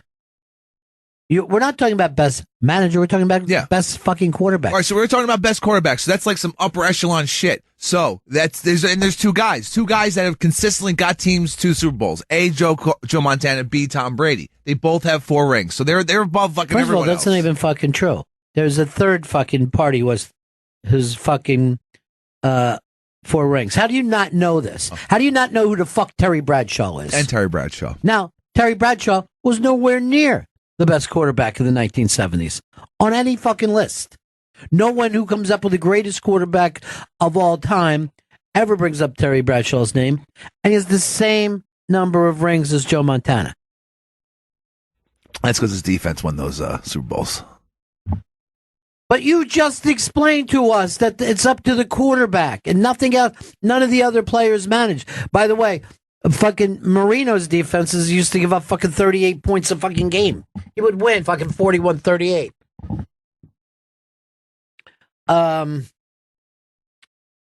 Matt, go ahead. So let me get it straight. Trent Dilfer is a better quarterback than Dan Marino. Yes, Trent Dilfer. Oh my God. Trent Dilfer has a ring. Marino don't got dick. Dale, go get me the big knife. I'm going to cut my fucking throat. No! Come on, Chris. Trent Dilfer fucking made it to the show and he fucking got it. All right, he got that fucking ring. I'm sorry, Dan Marino and the Dan Marino fans. All right. Do you remember who replaced Joe Montana? Another Hall of Fame quarterback. Steve Young. How many rings does he have? 2? No. Way to know sports. He has 1. But you, in your criteria, this fucking MVP is the same as Trent Dilfer, who has 1. A guy who struggled with the overhand pass. They're equal. They are equal. I'm going to fucking go crazy. I'll fucking quit this show today. Come on, We were Chris. doing so good with Not after this. the Come show on, last night. No, Chris, but, why are but you seriously, doing I that? I know. But Steve Young is equal to Trent Dilfer. And Trent Dilfer's better than any quarterback's never won a ring, including Dan Marino and Jim Kelly. God. And Jim Kelly. And that's not even close. I shouldn't have even brought up Kelly. Kelly, who's the only quarterback who took his team to 4 straight. Yeah, that makes him even look even worse. That makes him even worse quarterback. I think he won a WFL. Did you give him anything for that? Was that the name of that? No, he was USFL, I think. Yeah, that was it. Yep. Yeah. In the 80s. That half point. That's like half a ring. No, it Can't isn't. do half points. But because you lost the 4 Super Bowls, that's like negative 8 points. And that makes you look really bad. You keep going and you keep losing. Dude, I'm seriously, in my opinion, when I'm putting people together, you're worse than Jarrett Fogel. You both should be doing 15 years for the things that you fucking did. I might be done right now with this show. I never saw R. Kelly come back out again, did you? No, I think maybe it might be Brad Johnson also better than Dan Marino. Well, Brad Johnson was a good quarterback, unlike Dilfer. But he's not better than Dan Marino. At all, my friend. At all. There's just no fucking way. This is just how my system works. I mean, my system is pretty perfect. First of all, if your system is so perfect, how come you shit once every 2 weeks? That's it's all the cheese. That doesn't seem like a system that's working, in my opinion. A lot of melted cheese clogs it up. Oh. So you'd rather be Eli instead of Peyton. You'd rather have Eli. Who's the better quarterback? Eli Manning is the better quarterback. Eli Manning is the better quarterback. It's obvious. Look at Peyton. He can't even keep it together anymore. He's a choke artist. He's old. He's fucking 40. And he just, by the way, this choke artist just won every fucking award that you could have. Oh. Most passes, all the measurement that isn't Super Bowl rings. Yeah, congratulations, Peyton. Now fucking sit down in Denver and eat some fucking Papa John's, you bum. Or chicken parm. I don't know what the hell the guy's into these days. What? He's Just chicken don't parm listen. man. Just trying to figure it out. You know, I'm just trying to keep afloat in this conversation. I know, I'm writing my Know who fucking else- molars down. Know who else Eli's better than? That bum Brett Favre. He's got one. Eli's better than Brett Favre. Jason in Las Vegas. Hey, Ron. Listen, Chris is high. Nobody's done more with less than John Elway. 5 Super Bowl trips, 2 rings. You know, the guys he threw to are pumping gas right now in Vegas. So, I mean, who's better than John Elway? Smoking Joe is better than John Elway. Tom Brady's better than John Elway. John Elway's got 2. That's it. He's equal with Eli. Actually, he's less than equal with Eli because Eli's 2 for 2. Elway's what? 2 for 5? Yeah. Fuck that. With no Hall of Famers around him, it's a team sport, Chris. You got to have players. And they got By the way, Eli never had, phenomenal players. And I'll tell you somebody else who never had fucking phenomenal receivers, well, at least consistently, Tom Brady. Tom Brady is a guy who's also done a lot with a little. Yeah, anyone goes around Tom Brady, he makes them the man. Other than Gronk, who's a freak show.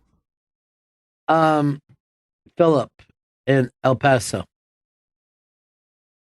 Philip. Yep. Go ahead, buddy. Go ahead. Yes, you're in the West Texas town of El Paso. Yep. Yeah. Try to make words. Yeah. Try to make words, Philip. Philip, you had a point to make? Oh, yeah.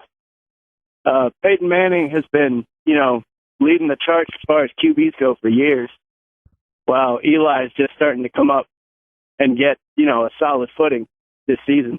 All right, Philip, here's what I want you to do. He's never had a sick day. Hold on. Why don't you do this, Philip? Listen to the replay of this show and stand there with a razor in your throat and tell me you don't fucking try to just strike it across after you hear how dumb you sounded today. I'll just leave it at that. Look, you can't run Eli Manning down. He was in the most famous upset of all time. All time, baby. More than Joe Namath, maybe even. Joe Namath, up to that point, was the biggest upset winner of all time.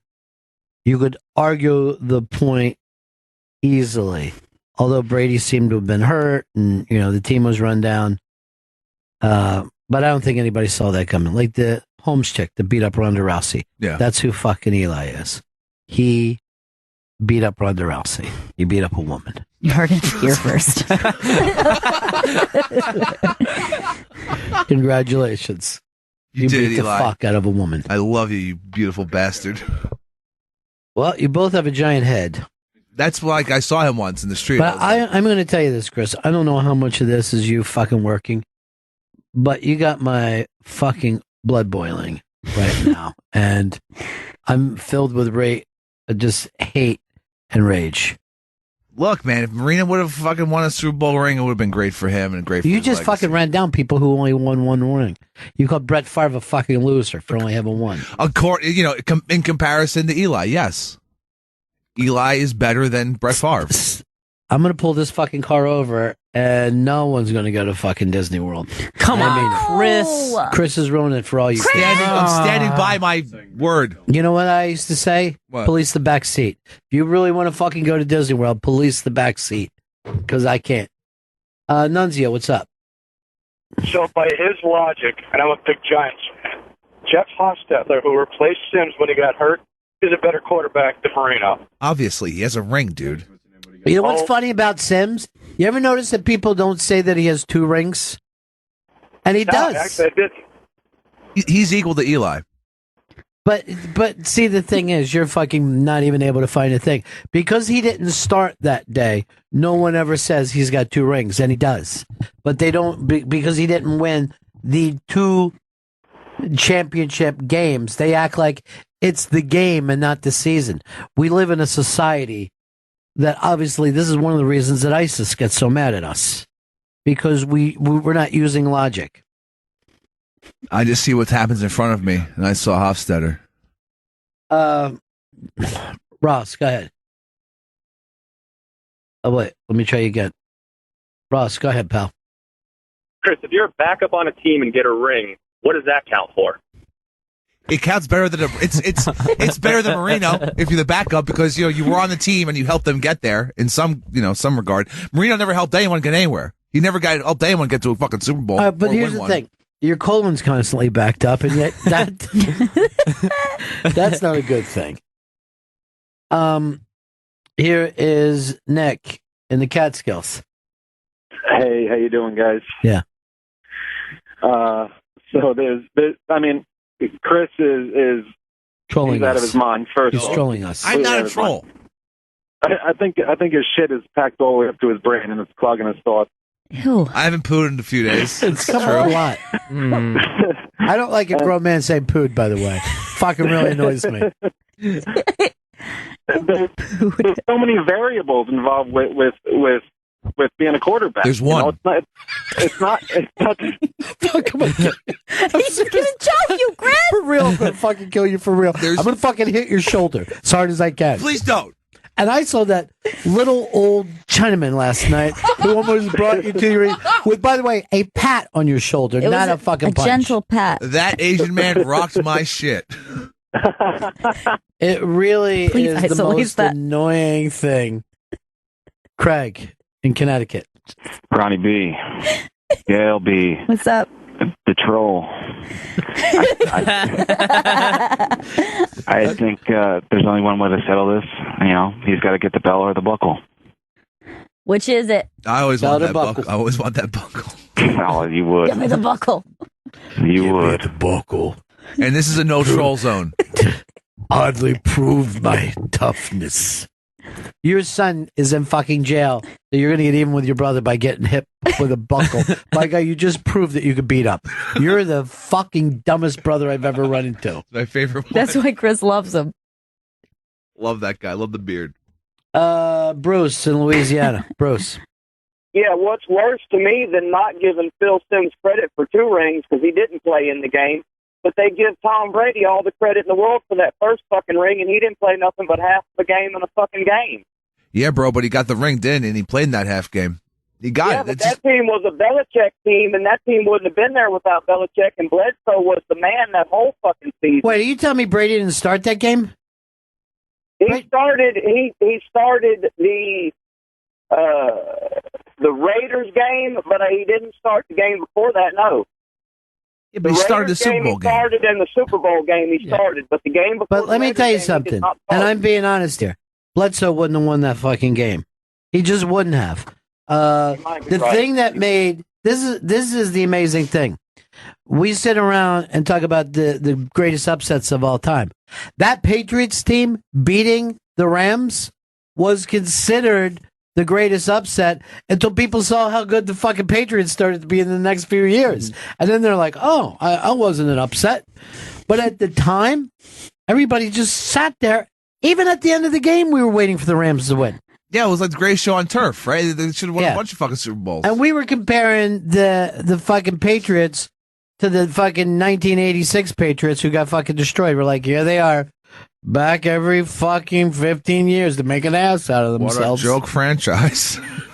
What a bunch of fucking loser clowns. You got a guy in a helmet leaning over taking a shit with a fucking tri hat on.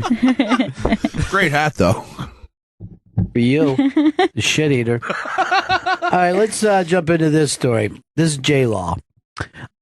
She said she had to get drunk ass wasted to kiss Chris Pratt in a sex scene, and that night went home sick to her stomach and had to call up her mom and say, "Mom, am I a good person or a bad person? I kissed a married man and I made out with a married man."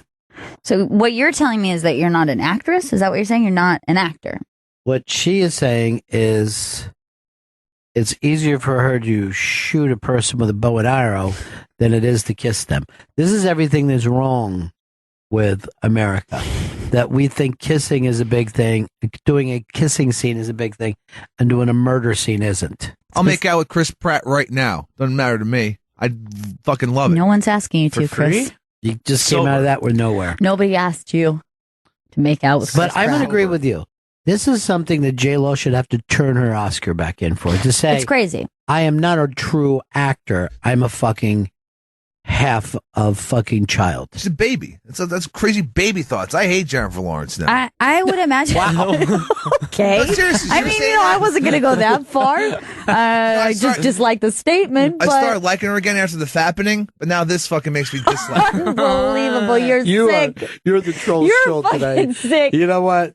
This is a no troll He zone. didn't get a lot of sleep last night. Yeah, and now we're feeding the troll. But I always say it's easier to get shocks than it is laughs. You know what I mean? That's why fucking shock jocks are like, hey, I love shocking people. Yeah. Because they can't make people laugh. And this fucking hack shock jock, Chris Stanley, he just brought up the fappening out of nowhere. Please, the next live gig, boo him.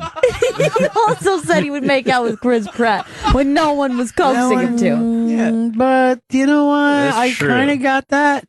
Definitely not a troll. Yeah. Chris Pratt has done this show twice, and we loved him. Yeah. He's the man. Charming. He's awesome. He's fun. He's a fun guy. Yeah. Well, he came back in and after the Seattle's first Super Bowl, and he had predicted it like earlier on the show. And then when he came back, we brought it up, and he goes, and I go, and it's the 13th man. He goes, yeah.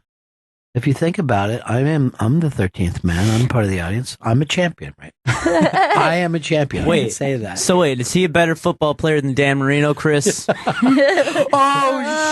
You know what? The fucking guy who couldn't remember 3 minutes of material. Yeah, Chris. Anyone who's a Seahawks fan is better than Dan Marino. I hope Dan comes up here and you look directly into his bad knees and say that.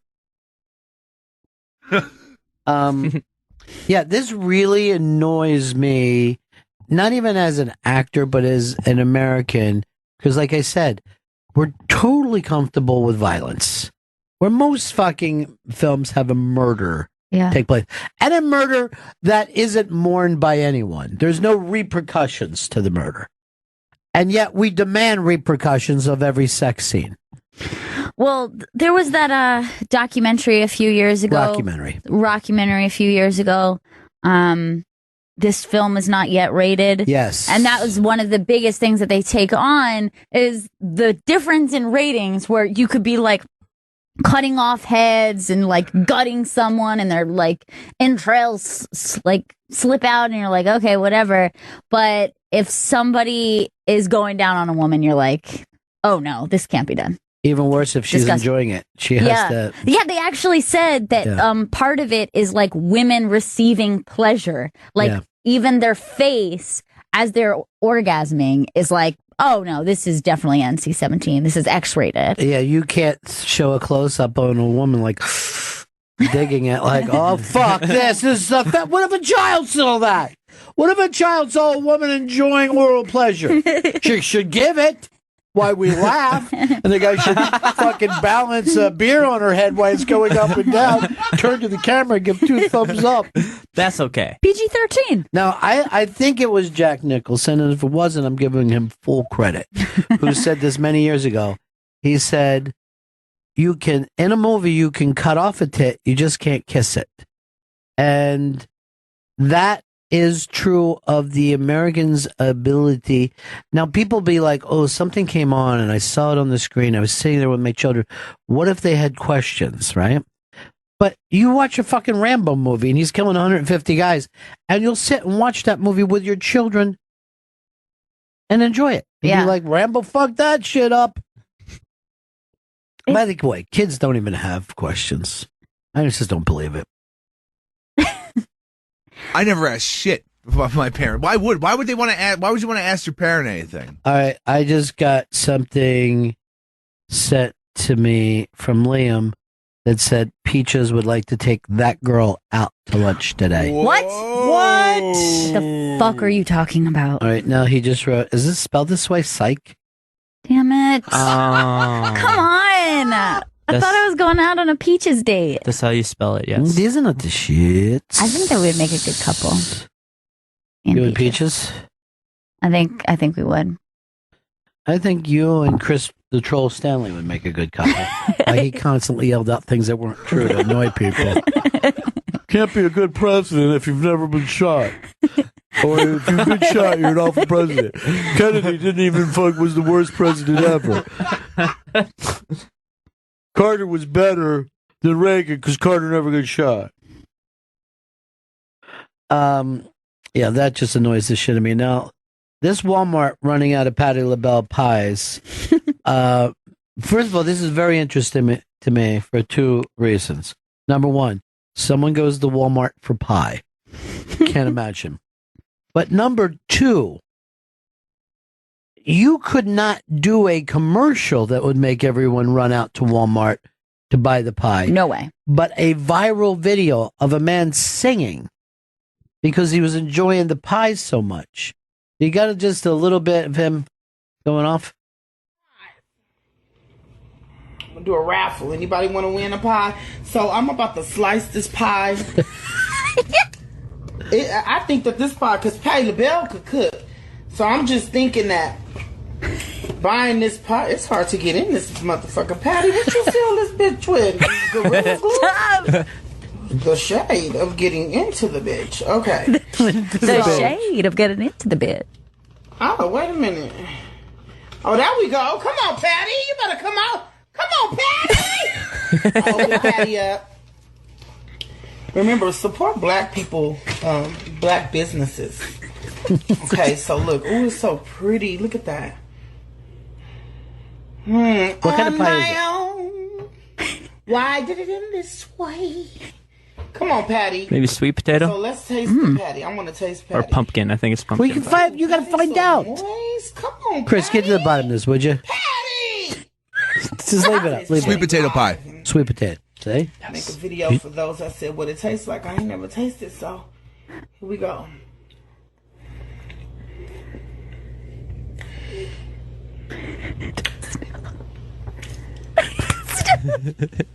Patty. If anybody know Patti LaBelle, tag her in the video. Patty! Whoa! Yeah! Bitch, I turned into Patty. You turned into Patty after eating this. Patty. How is it that two people who laugh together That's pretty good.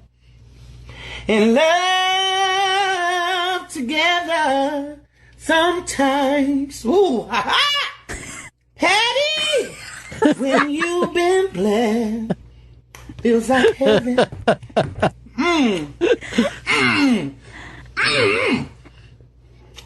Whoa!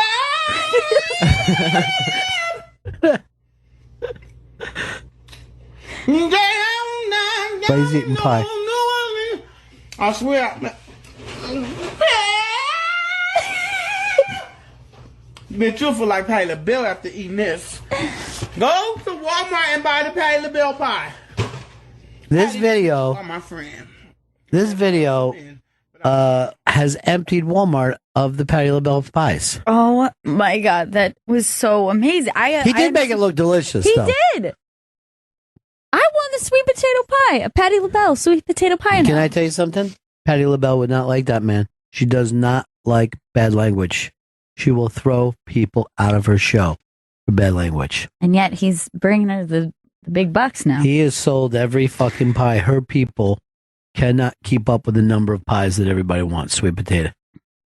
He made it look delicious. That dude just made me miss my friend so much. He moved to LA, and I actually just want to call him right now and make sure he saw that, because it's just like a larger version of him. You are very much into gay-based comedy.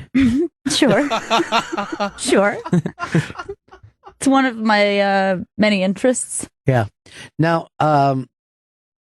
Gail thought when Fez finally came out that she could introduce him around, and then you decided Fez was not in a fast enough track that he would get run over by these gays. Yeah, I was like, I have the perfect idea. They're going to be like his fairy godmothers. Like, I thought that they would. You know how many gay people said, I want to be your gay godmother? Tons. And they never did it. I believe it. And they're like a good mix too. Like, there were some young guys, some older guys.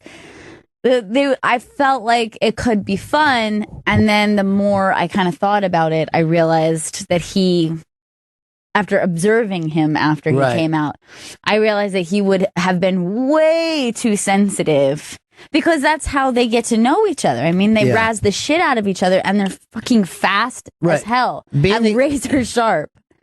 Yeah, being gay is this exact same thing as being on Tough Crowd.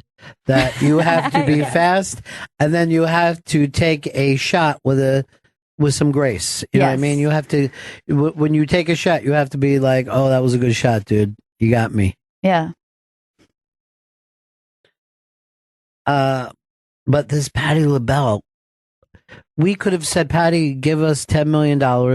We will buy ads all over America, and we couldn't sell out the pie chain. One dude with a fucking YouTube. Insane. This is a new world we're living in. We don't know how to keep up with it. We don't know what the hell is going on. Patty, we don't know. Oh, the shade of it all. What the shade on this motherfucker? Patty would fucking hate that. Patty. She does not like that kind of shit. But I'm going to guarantee you this, because she's a church lady. I don't even think she's happy with gays. And that's a big part of her fucking audience. You better know your audience, Patty. Yeah. Look at what this kid's done for you. Speaking of which, our gay kid left today, right? Yeah, doing a class. I wanted him to see this. Cash We're doing me. Opie Radio tomorrow at 6? 7 a.m. 7 o'clock. All right, I don't know all the times. These are not the clocks. This is not the time. And then also afterwards on Smoking with Chris, a phenomenal big announcement will be made. I can't wait to find out what it is. We don't know. Feel I know. I No, need you're to the know. only one, though. Yeah. You're the only one who knows. And what if something happens to me tonight and no one ever finds out? Oh, Christ, no. And Jared Fogle is left in prison instead of being an undercover agent. I'm going to call Vito and make sure he escorts you home. You're really, really, you're really crazy about that Vito now. I love Vito. He's my boy. Gentle giant. He is. He kind of is. Okay. Here's some of this stuff up. I don't know if you guys remember The Soup, the TV show The Soup. Hell yeah. Two announcements I have to make. Number one, it's still in the air, and number two, it's canceled. No. No. Yeah. What? Come on. Who even does the When? soup anymore? Well, I was going to say Dick Vermeil, but he hasn't done it in years, right? No. Joel McHale now does. Well, Dick Vermeil used to do it when it was Talk Soup. Right. And then a guy named like John Henson took over for him. And I know who John Henson is. Yeah. I thought he was the best. Honestly, I thought he was He's the actually best. a very funny guy. Yeah, I thought he was a the good best actor, host too. of the Soup. And then they rebranded it right back as The Soup, and that's when Joel McHale took over. So there's only been 3 guys, and they're all very similar in, genre. Yeah. I believe Aisha Tyler hosted for a small amount of time before The Soup was taken off the air, and then before it was rebranded as just The Soup. Oh, Hal Sparks also hosts. This has been 5, not 3. Hal Sparks hosted for a little while, too.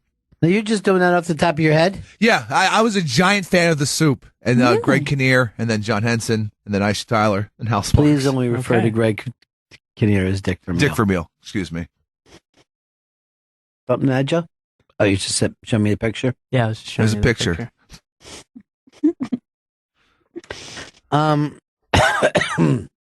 Chelsea is coming to Netflix soon. The trailer for the very Murray Christmas is up. And I also have a weird Hillary Clinton thing. Her campaign threatened the Laugh Factory and told them to take down a video making fun of Hillary, or else they would close it down. I don't even know what that would even mean. What? What do But you mean? Some fucking bit that they were doing about Hillary. Yeah, it was about a minute-long video that the Laugh Factory posted to their YouTube page, which has since been taken down, that made fun of Hillary for... Why did the Laugh Factory take it down? Because her campaign pressured the Laugh Factory into taking it down. They like threatened her, pretty much saying, "Hey, we'll find a way to shut you down if you don't do this." Like, take away your liquor license? Yeah, kind of. So, and the owner who started it more than 3 decades ago said, "I've been in this business for a long time, and this is the first time that someone's really threatened seriously to try and shut me down for some comedy that I've posted." The video is up, but they did not take it down. You can see it up on the iBang. But this, I'm sure, had to come from some lower level people, because anyone who actually would be running a campaign would know that this would be a fucking stupidest thing that you could ever do. Yeah. If you're a high level staffer, not only should you be off the campaign, but you should never. Anyone would be stupid to hire you for another campaign. This would be the dumbest PR move of all time. You know, you have that thing where the president has to sit there where comics come out and do a fucking joke about him every year. Yeah. You know what I mean? It's part of it. You're only going to come off weak by being You gotta upset. laugh at yourself. a And I little don't bit when even you're know what the video is, no matter what the content. I mean, she's heard it all before. I can't imagine that it's any worse than anything she's ever dealt with before. You're going to come off so weak. Even if it's not her call, it makes her look so bad that somebody on her looks campaign. terrible. Yeah, it's so cheesy looking. And that's what they've always complained about the Clintons, that they, you know, are underhanded and will do anything to win. And this is thuggery. Thuggery. Especially when late night will make fun of you every single night. And Saturday Night Live is doing it every single Yes, week. it's part of your job. Yeah. Look how many Republicans went on Jon Stewart after he fucking decimated them, and then let them take shots while they were sitting there. I mean, all of them. John McCain would be a regular on Jon Stewart. It's embarrassing. It for the is Clintons. embarrassing. It's embarrassing for Bill Clinton, and it's embarrassing for a certain intern that he took into the hallway and cigar banged. Speaking of which, I got a lot of lovely cigars here, including this one little cigar. It's called a Staggerholt. Oh, let me see that. That's a beautiful. It's a nice little box, right? Yeah, that's very pretty. Now, by the way, this bit that they put up, it's not, all it is clips from all the comics who have done Hillary jokes one after another. You know what I mean? Yeah. Like people do Hillary jokes, so they pulled it and put it up. Right. It's not like, oh, we sat down and wrote up this bit and brought out a director and an editor and made this vicious anti-Hillary. It's stand-up comics, and they just pulled, different things. It's crazy that they would do this. I hope this sinks her campaign. This is so fucking crazy. And I hope Bernie Sanders goes up against Trump. I don't know who to vote for anymore. Like, I know it looks like they're running Trump out, and like, But they keep saying the polls. He just he's getting more and more juice. Juice, like good things. These are not the juice. These aren't the juice. Not the juice I was looking for. They just have to nominate Trump, and let's see where this goes. How about? By the way, this is how good your show was last night, guys. Jeffrey Gurian stayed for the entire thing. I was shocked when I saw him in the second act. I could not believe it. I thought that he was going to then jump around as he always does. Right. And I was amazed to see him for the whole show. He didn't do that last year either. He left. Well, I am touched. Now, I want to get into where Joey Jojo really fucked up. And I was decided not to tell him. But a friend of mine comes to these events. And even though I would say she's the funniest human being that could ever exist. And I'm serious when I say, think of the funniest person of all time. Who would you pick? Like Richard Pryor? Yeah, Carlin. Carlin for me. Yeah. Tied with the two of those. It's a three-way tie between Carlin, Pryor, and Kathleen from the Bronx. Now, not only is she funny, but unlike those two guys, you want to go shoulder to shoulder with her in a bar fight. She is there to protect. Okay? If someone fucked with me, she would come after them like a mama falcon. Oh, by the way, I know nothing about falcons, but I bet the mothers are really, very protective. Totally, yeah. But Fierce. there's one thing about her. She doesn't like to be pointed out in front of crowds. You know what I mean? Yes. And I go, don't worry about it. I won't even, mention you. Come on up. She came by bus from Philadelphia just to spend the evening with us. The only fucking human being that Joey Jojo crowd worked at all was Kathleen from the Bronx. Come on, Joe. Yeah. And he said to her, where are you from? And she says, the Bronx. And then you had nothing even to say. Yeah, I said, cool, I have a cousin in the Bronx. It's kind of a bit I do where I do bad crowd work intentionally. Think about that. Do good crowd work. Nothing to think Well, about. I'd be like, oh, hey, that's a nice shirt. And they'll go, thanks. And I'll go, so where are you from? And then I go to a different person. All right, Dan. Come on in here, Dan. I need you all the way in here. All the way. Get it in all the way, Dan. Chris, come on. This is why your fucking periscopes are so disgusting. And they're dope. It might be the last one that you're doing. and I'm paraded about. No, you're not. Every orifice No. is up for grabs. I don't want to say it again, but I will ban anyone who talks about Gail's mouth, pussy, or ass. My Dan, mouth pussy. I'm going to do a parody of something on stage. I'm going to purposely do bad crowd work. Is that a good idea or a ridiculous idea? I would say it's a ridiculous idea. It doesn't make sense. No one caught on to the subtlety that you were making fun of, I guess, Big J. Okerson? No, not at all. Is that what you were doing? No. Why are you then acting like the act of crowd work is ridiculous? What's your fucking deal? It's an art form. I've done this bit a few times before. Each time it's gone off without a hitch. You're not in the basement of the Gotham. I know. You're not working next to mops and fucking old empty kegs and whatever else is in the basement of Gotham. Empties. Yeah, a lot of empties.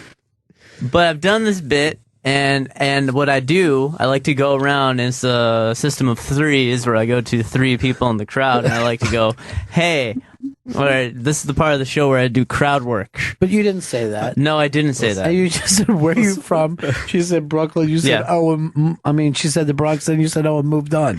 I like that Joe renamed the rule of threes system of threes to try to brand it as his own. Again, I'm doing new things. I'm trying to break down barriers. You're doing the same thing, and the barriers got even higher during that. I'm trying to go underneath When people them. go, I'm going to do anti-comedy, that's the same as saying I'm not going to be funny. There's no difference. It can be painful to watch someone try to do, and I wouldn't put Joe in this group, but I already do. But go ahead. Before I even find out about the group, he's in.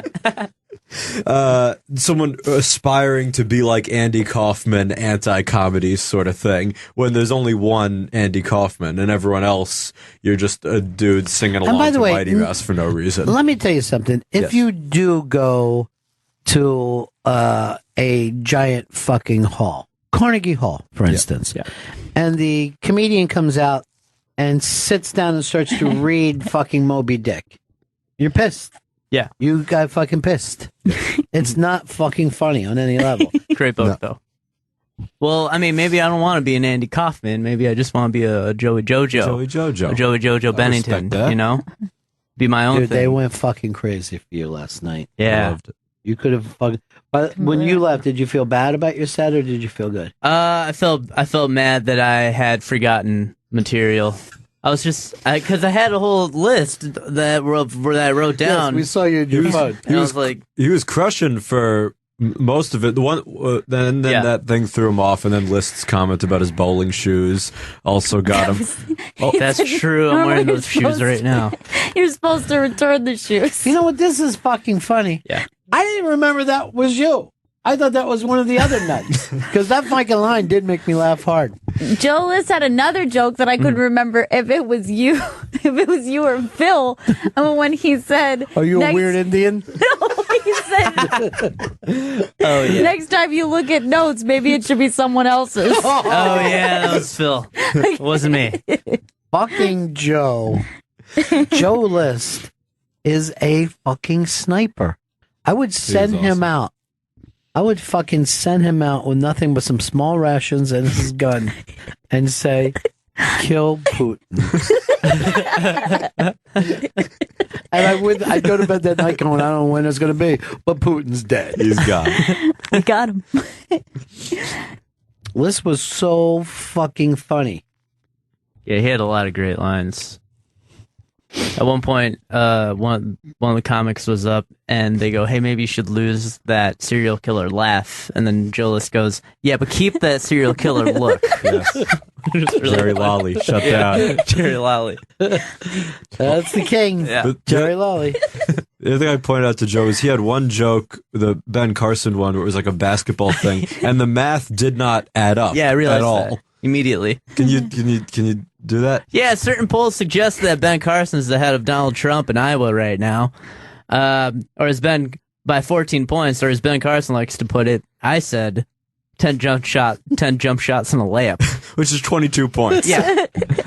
But, he's not the brightest bulb. He's just a surgeon, that all. Yeah. I should have fucking followed it with that. Well, so the joke is Carson can't do math. Yeah. And it's like a bonus joke. I should have kept going. There you go. We were Push too it busy farther. not laughing to do our own fucking math. But this is I think the thing that threw Joe off the most is that the crowd went wild for him. Because your fucking eyeballs look like an owl when you came walking out. You were like, why are they doing this? Like, did they know me? They know me, though. They went crazy for you. They went nuts. What threw me off is when Voss, he said, hey, maybe you should talk about your life. And I was like, oh, yeah, I got a political joke in my back pocket. I'll just say that right now. And this will kill, because I had the crowd on my side. And then they can't all be winners, I guess.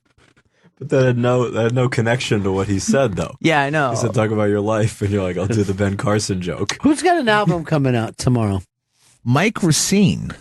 Now, Mike has been trying to reach you and says he can't. I'm going to reach out to him. I haven't got any emails from Mike. Yeah, you have. He's actually even tweeting. I don't know why Chris is ignoring me. Well, then, Mike, I'm not ignoring. I'm going to talk what to about the fucking asshole that was fucking tweeting that you wouldn't get back to him and you gave him tickets? Yeah.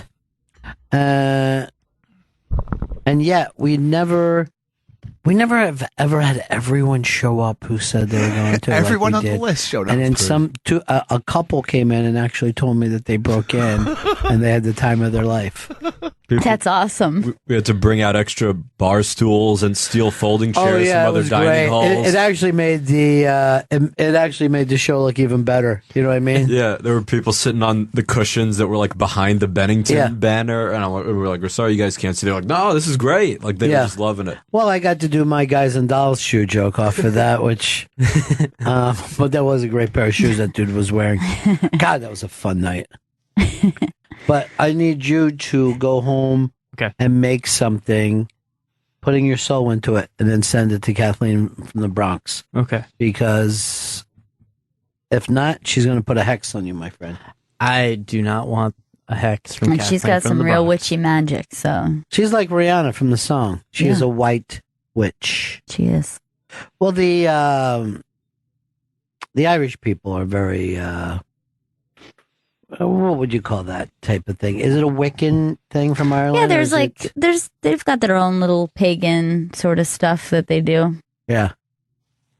Some sort of Celtic pagan, I believe, sect of. Hold on, Liam just sent this to me that Peaches is back. What? And wants to take that girl on a ride through Central Park. What? I hope that means sex. I hope that means And- sex. No, wait, he just wrote back, psych. I Damn got it. her again. Liam! Oh, Liam, you fuck. You hold on. Yeah, click me in, would you? Yeah. Take yours out, click mine in. Yeah. I do that to people when I go to a gas station. I just take the hose out of their car. I put them in mine. I go, I'm really lower than you right now. Is this unleaded? I only use premium. I'm straight leaded, 100%. I don't care what it does to the engine. I just let it up. I like to get the lead out, if you know what I'm saying. I don't don't. think the rockers do. Every night, 7 o'clock, get the lead out. except for the nights that we're doing mandatory Metallica. Do not interrupt mandatory Metallica. So thanks to all the people who sent cigars. And is Shreka bringing her friend? Courtney, yes. I almost said girlfriend, but I'm trying to break myself out of that. Why? Because it leads to a lot of confusion. I still say it all the time, and I have confused people, many people over the years. Well, in my neighborhood, if you said two girls, you would go, "Oh, is your girlfriend coming with you?" without it meaning sexual. Yeah. I had this experience where I had told an old coworker, was telling her a story about when I went to Italy, and I was like, yeah, I went to Italy with my girlfriend, and we were there for like a month, and it was amazing. I was telling her and referred to her as my girlfriend several times. 6 months later, they're like, I thought you were gay. I was like, what? He's like, yeah, I heard you say something about your boyfriend. I had to go to one of our other coworkers. Is she straight now, or what happened? She's cheating on Italy girl? Italy girl. That's all. I don't think anyone would call me straight. I don't think anybody would call anyone on this fucking floor straight. No. Not after some of the things that were said about Phil last night by quite a few people that wanted to have sex with him after the fact. Who, though? I don't know. One said he would tear off his cock and then just start fucking what was ever left behind. That was me. I said that. Yeah. Well, Joe, why didn't you close with that? Shut up. Because I saw that murdering. I fucked up. I forgot. So I was telling Dan, I said this, I'm off air, right? His way of coming in and curating those comics so perfectly is why I don't worry about him with some of these big production deals coming his way. Because that's a producing job. Like a really smart, when you're producing, you're thinking of the entire subject. If you would have thought of like, could Lewis have fucking thought of 6? No way. He would just brought 6 dudes and then try to shut them down himself. You know what I mean? Comics never think that way. You think like a comic, but then you also think big picture. Well, thank you, first of all. But it was clear, like, Jerry's the clear opener. You got to have Phil close. You throw Rachel in the middle. Yeah, it was a great mix, a hodgepodge. And you did that, even losing your talents. black dude and another white dude. That's fine. Yeah. We don't need them. We doubled down on Asians. We got a ginger in there. Oh, yeah. Now, the girl that you G. brought up that the guys were really fond of, where did she come from? She's a Manhattan girl? Or? Yeah, she's a Manhattan girl. Yeah, she does the stuff at Metropolitan Room, which is linked to Gotham sometimes. Yeah. I know that because Jeffrey is a Metropolitan girl. Yes, Jeffrey made a beeline for her after the event. Oh, of course he did. I'm guessing she might show up in the column.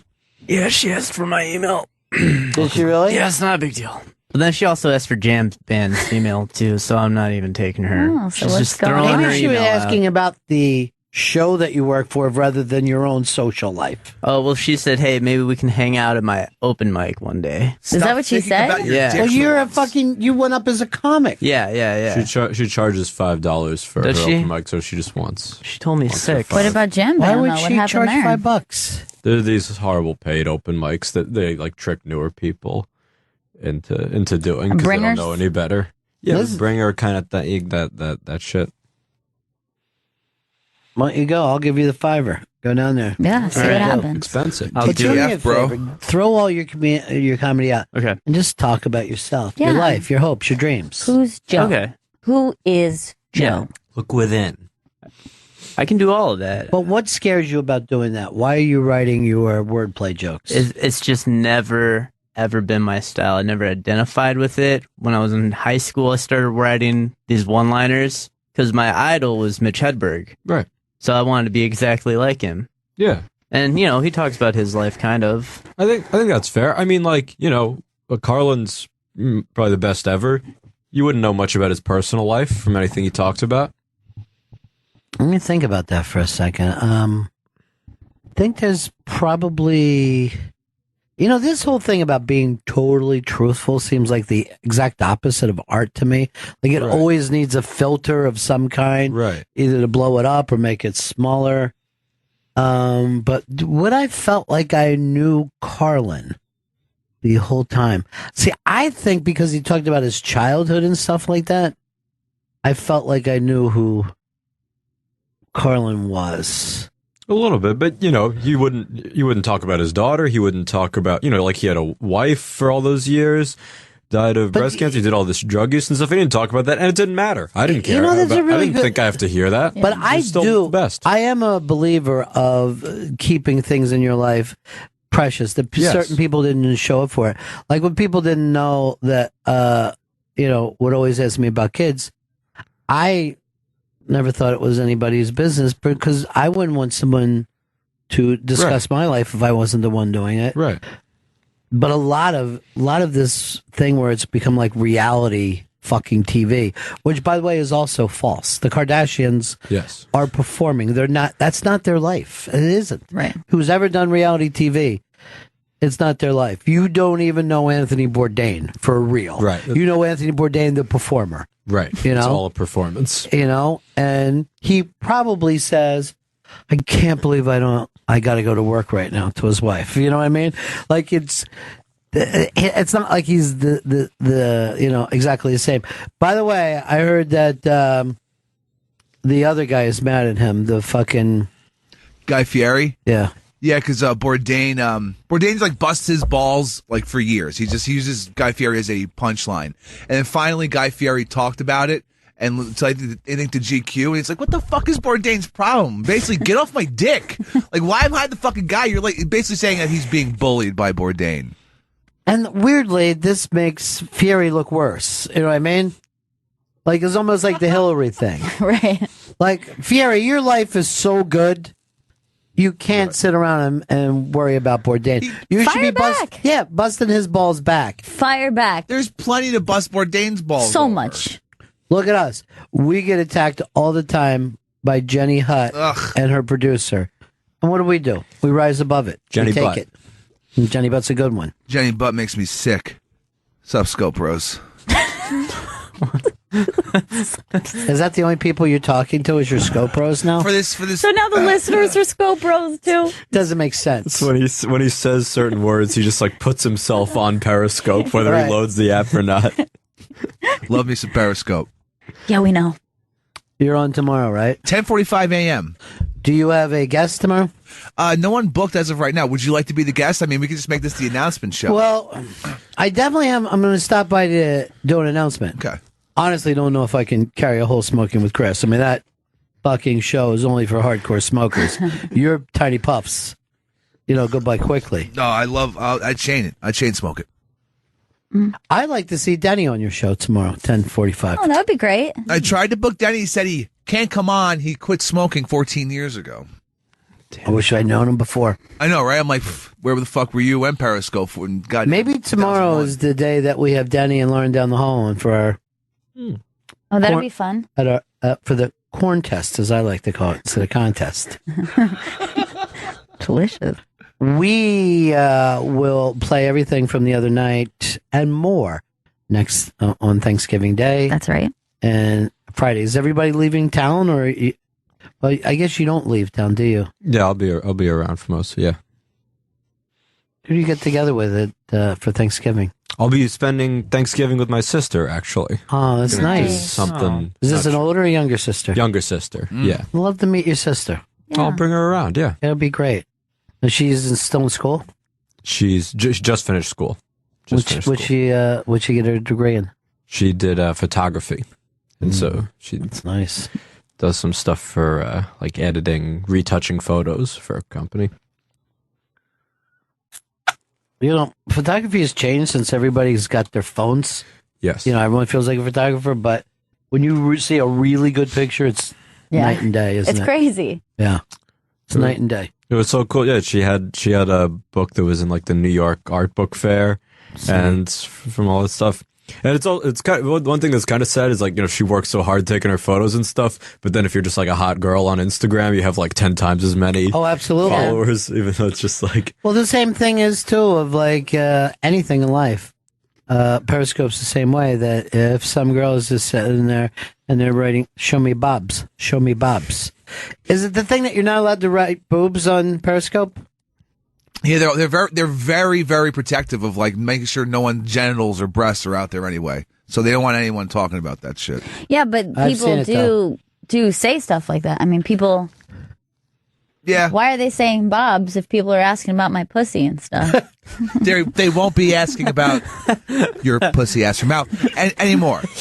Okay? I'm trying to think of who I saw on Periscope yesterday that I got off a map. My fucking brain just turned into sponge cake. Like a famous No, person? somebody we know, I think. Oh, really? Yeah. Because I had that experience when Dan did his comedians playing football. Oh, yeah? And I stumbled across his Periscope because I was in Brooklyn and it was in McCarran Park. That's right. Most Saturdays we play. Was it Go Pack Joe? You okay, dude? Mafia Life Chris. Did you say moth your life? Morphia. I got Dayquil, though. This is not the morphia. Is that what you're drinking? Oh, please, I can't watch him do it. It makes me so I thought it was sick. orange juice. No, this it's is, so, look at. This is Dayquil. We're outside and he literally is in the middle of talking to me, takes that out of his jacket like some sort of crazy hobo, like he's drinking from a flask, and he just hits it and is chugging Dayquil. I almost threw up. I Gotta almost was suppress this sick. cough, bros. It's so disgusting the way he did it. When I can't was explain it. a little kid, fucking older guys would always drink cough medicine that had codeine in it. I think there was an over-the-counter called Romalar. So we go down to the basketball court to play, me and my little friends. And, you know, there was older guys there, and one of them was drinking it. And he climbed up on the fucking basketball thing on the backboard and then tried to go down through the fucking basket and kind of was stuck in his hips. He was hanging up back down. And I remember thinking, oh, these guys are so cool. Romalar, huh? Someday. What was the... Someday I'm going to get some of that for myself. It's just as it's incredibly popular today still. Just codeine cough syrup. People fucking love it. What was the old West version of that? It was like the cough syrup. Oh, that they used to have in the old times? Laudanum? Is that what it was Yeah, called? it might have been. Where it was like... cocaine and fucking morphine and all kinds of things. Yeah, in it was like they were giving it out like, you know, like a cough suppressant Yeah, or it something. was available. And it was an epidemic with especially like women, housewives and stuff like that. They would just be like, oh, I have a cough. Well, that goes to show you, like, it isn't just, modern that people like to get fucked up. No. It's, all time. Here's Jim wants to bring up George Carlin. Go ahead, Jim. Oh, hey. Just had a comment about the George Carlin thing. Yeah.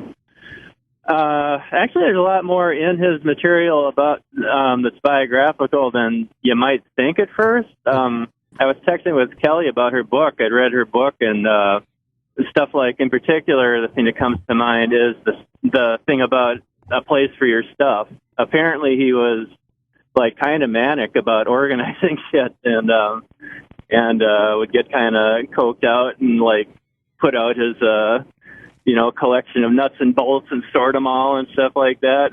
But you would never like get that from listening to the humor. I mean, it's just kind of oblique in a way. But you're saying there's clues in there. Well, Dan, like I said, I thought I knew, Carlin from his work, but then Dan brought up the fact of he didn't talk about, wife and children and all that. But I think he did talk about himself. I don't think like he would ever say something that he didn't believe. You know what I mean? Like, Right. I don't think that he would go in a joke in an opposite direction of what he actually believed. But that sounds right, yeah. But Dan is correct that he didn't, you'll see the comedian like, my daughter's 12 now, and guys are starting to come around. I'm gonna have to knock them out. And you're like, reaching that age where yeah. I'm not sure, but you're like, yeah. Well, that's true. But that's how he did it so well. Like, A Place for My Stuff's one of my favorite bits ever that anyone's done, because that's just like the whole message of that is just like fuck consumerism, but it's just packaged in this silly, fun, like incredibly well written, well performed way, just broken down perfectly. I don't know. He was such a great and thoughtful, comedian, and also a very silly. Fucking very, very silly man. Because I remember seeing My Beard Ain't It Weird being one of the funniest things to me when I was a little kid. Don't be scared, it's just a beard. I'm like, what the fuck is this dude talking about? I always thought, like, when I was a little kid, that adults that acted like little kids were hilarious. Like, that's like the first thing that you like is really silly adults. You're like, oh, this fucking guy's great. He's fucking acting like an adult should act, like me. I got it right. Yeah.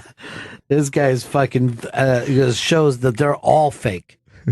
Because I remember when I was a kid, I'm like, why do they fucking give a shit about this stuff so much? They just go on and on about it. But Carlin, it's very funny that you look at two guys that basically started about the same time, and people are still 1 and 2 on them, no matter what the fucking poll is. Yeah. I think Cosby probably used to be number 3, and he's fallen. Now anyone who would even vote for them was considered someone who would drug and rape women. I mean, you still got to, for the work. Put a dent in watching himself. Actually, this last stuff that he did with the trouble and all, probably the first time I laughed at him in 30 years. I never liked the Cosby Show. I wouldn't watch it. You didn't grow up with the Cosby Show. Nope. I wouldn't fucking put it on TV. It just seemed creepy to me. And I don't mean it. It just felt like somebody had their finger pointed at you, telling you how to live your life. I don't fucking need to be educated. It's fucking 8 o'clock at night. Bring me some titty jokes, my friend. I'm knocking my door.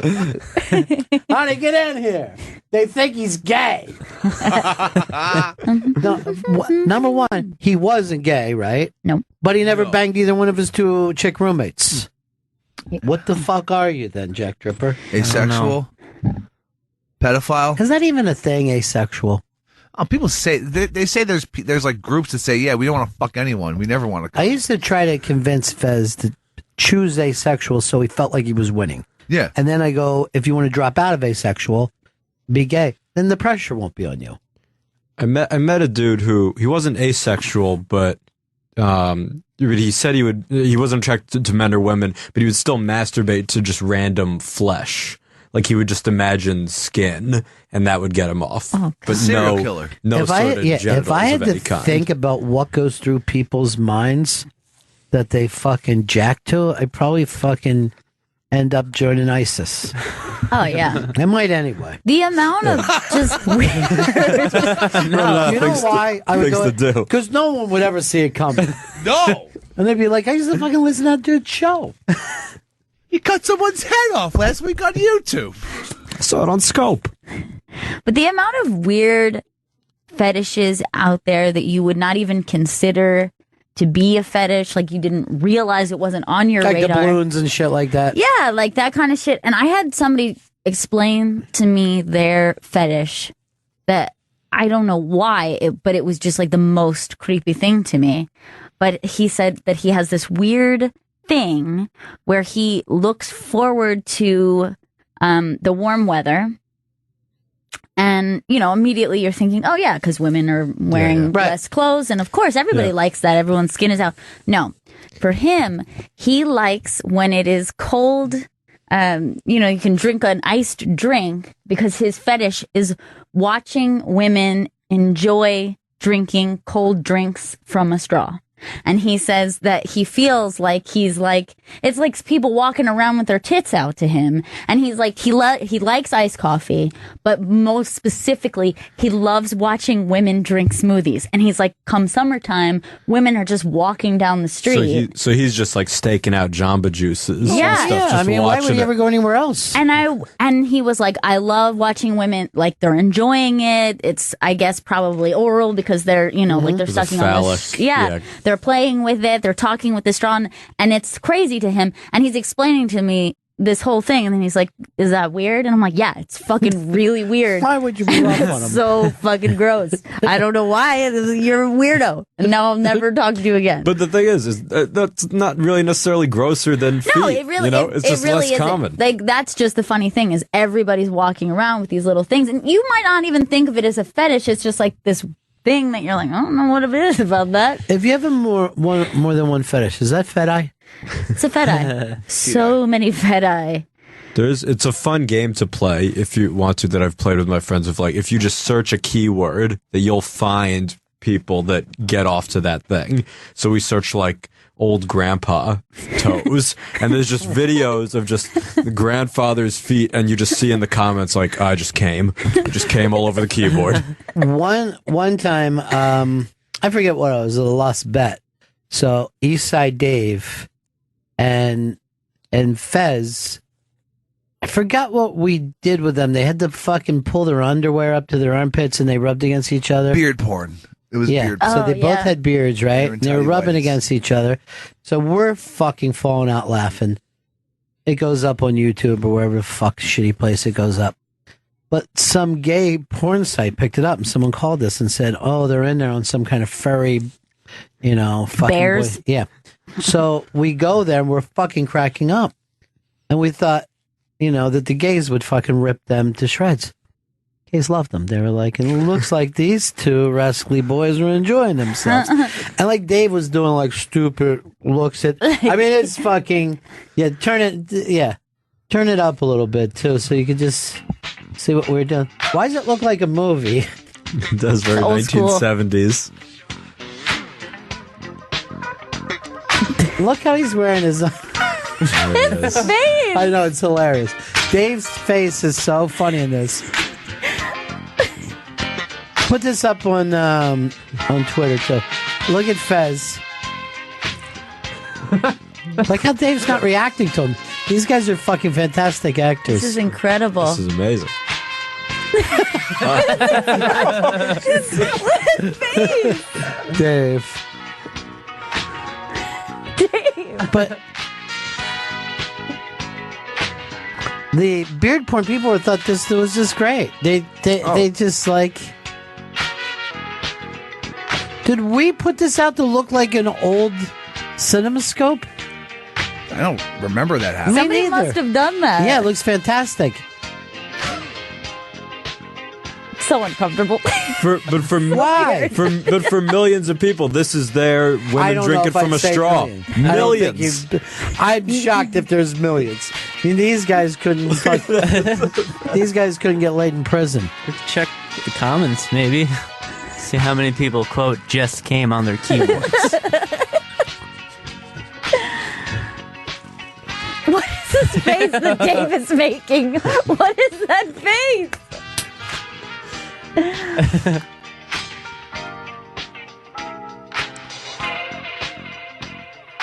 I remember what we did. We put this out on. Here's what we did on April the 1st.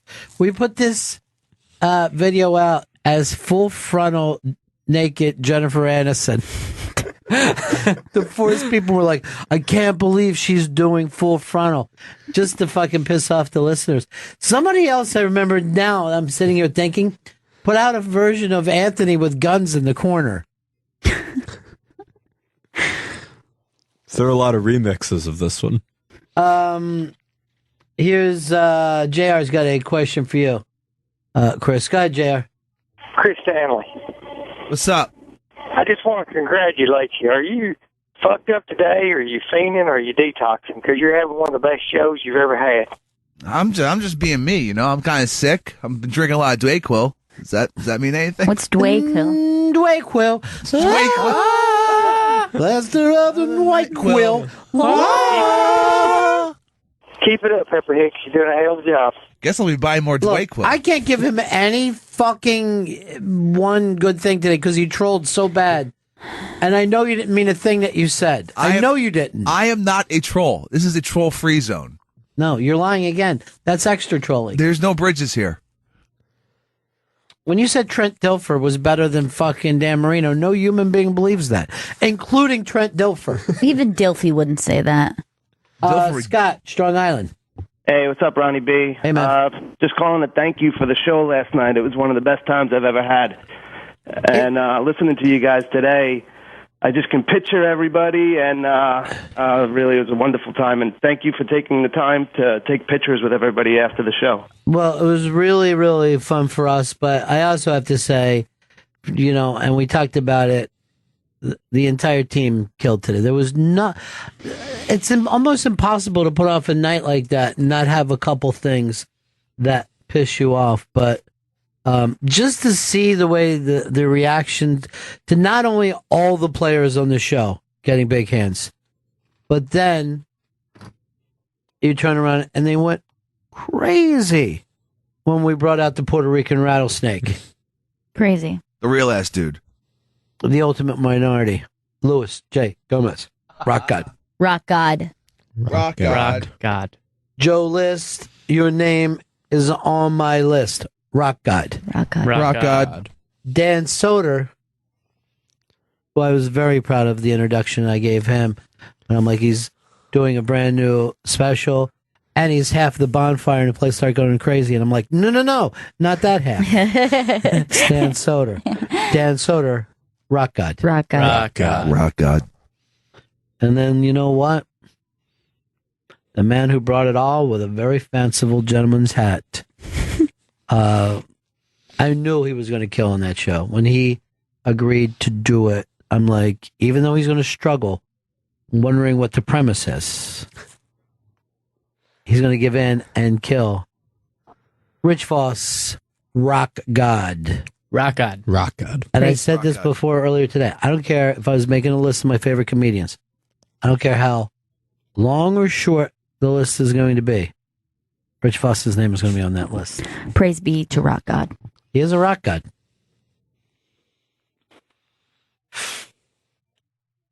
Love those dudes. They killed it.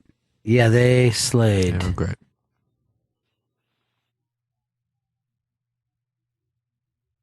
No, I'll tell you this. Those comics, if we do it again, do we do it with them or do we try more new comics? Just to see whether the premise works outside of that rock goddom. It's hard to imagine it not with those four dudes because they ended up being so perfectly matched. Like there was like they each had like a different corner. Like they were coming at it with different angles. It's fucking great. All right, let's do this. Dan, who's somebody that you would like to see in the mentor role? Keith Robinson. Great name. Chris. Kurt Metzger. Damn. That was mine. That's so weird. Chris, why would you take hers? Why did you go? I'm sorry. By the way, I saw Metzger the other night do the "What's your fucking deal" thing. Yeah. And he's an amazing in that fucking role. I mean, he just slayed. And I was sitting kind of back towards the green room, but I wasn't in the green room. I'm on the other side of the wall. And Metzger goes barreling back. 5 seconds later, I could just the pungent vape that was coming through the wall. 5 seconds before he started to vape hard. Jesus Christ! There is a city full of vapors right now. It's a vape. It's a vape town. It's a vape town for sure. But let me tell you the difference. Okay, and I'll put this out there. Me and my friends used to get together to get high as a party. I don't see people doing that anymore. These guys vape as a maintenance on reality. Yeah, you're just going about your day. I guess I'll hit the vape right now. Yeah. No matter what you're doing, you could be buying something in the store, walking on the street, or at work, and you just hit it. Now I never see the vape as a non-marijuana vape. Like, remember when the vape first came out? Yeah. You're thinking this guy's trying to smoke cigarettes? I don't believe that's true anymore. It's mostly hash oil. It's mostly hash oil or bud, depending All on right, your did vape. you notice somebody snuck a vape in here the other day? No. That I was interviewing? No. Who was vape? I didn't see the vape.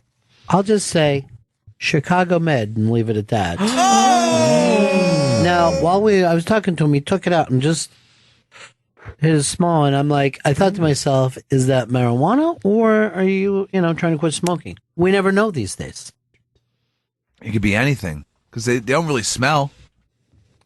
Hey, Bob, what's up, buddy? Hey, how y'all doing?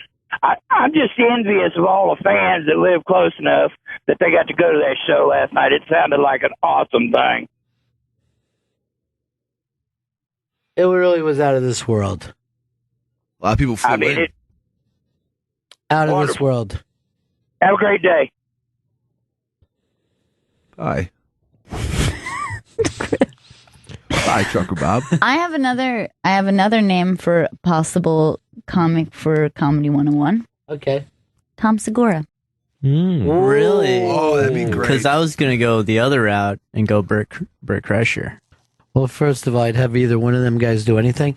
But I wonder if Segura, I don't see the West Coast guys, I don't see as being as vicious as the New York comedians. But he's very quick. He's incredibly quick. What about someone who had some wine last time he was in here? Nick DiPaolo. Nick DiPaolo would be perfect, Natural. He needed a wine. And we always have wine on hand. You're getting sicker now. I'm sick, yes. Need more Dayquil. Dwayquil. Dwayquil. You gotta get that Dwayquil. It's pretty great.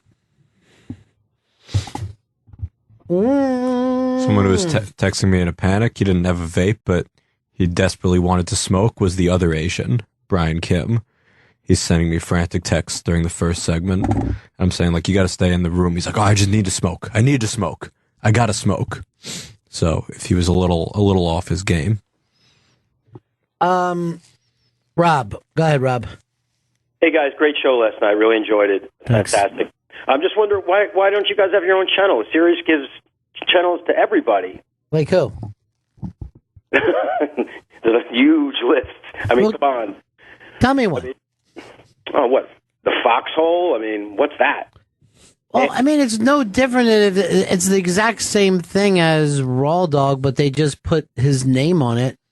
I don't think it's that. Our lives wouldn't change if this was called the Bennington channel. Dog. No. Yeah, Raw the Bennington? We got to keep dog. Yeah, it doesn't make. Yeah, I mean, I'm just saying you guys deserve it. That's what I'm saying. yeah, I mean, it would be different if you say, "Well, we get more replays." That would be one thing, but to that too. I mean, yeah. I mean, because as soon as your show ends, you can't really listen to it unless you flip over to at midnight. Well, we have on demand. On demand. We're in the app. Demand that shit.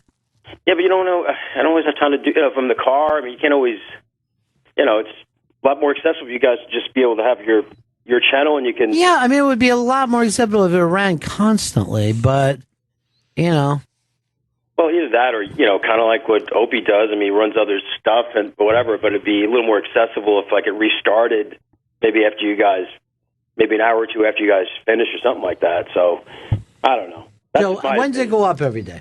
It goes up from, we have one replay on Opie Radio from midnight until 3 a.m. And then No, I another want one you on, on demand. on demand? It's usually up by no later than 5 p.m. Yeah, so within 2 hours, you could hear it again. Well, anyway, I'm sure there's a lot of other people out there like me, just kind of wish that somebody could just pop it on, have your own channel. I don't know. Yeah. Anyway, great show last night. Fantastic. I mean, I can't wait to hear it on Thanksgiving, I suppose you're going to run it, so I can't wait to hear it. Thanksgiving and then the next day. And it'll be available on demand. I'm never not going to be listening to it. I know. I'm going to listen to it constantly. All right, we got to wrap this one up. But again, great job, everybody. That was so much fun, guys. It was amazing. Really, really terrific. Can't wait for the next one. Well, you're going to have to. I cannot. You're going to have to wait. I can't be expected to wait. Next time I want to have somebody perform, and I'd love for it to be Peaches. Can you talk to her? I know that she follows you. I know. Can you believe it? What's happening between us? I don't know. It's all happening so fast. I'm so excited. I'm in that new phase where you just meet and you're getting to know each other. And, madly in love. What's going to happen between us? I don't know. Chris, we got anything to plug? We're going to be on Opie Radio tomorrow morning. As you're complaining you can't hear us enough, we'll be on first thing in the morning on Opie Radio. 7 a.m. Double trouble style, too. And then, of course, after Smoking with Chris. 10:45 a.m. Follow at the iBang on Twitter and Periscope. All right. That's it for us today. Great job, everybody, and we'll see you all again in 1974.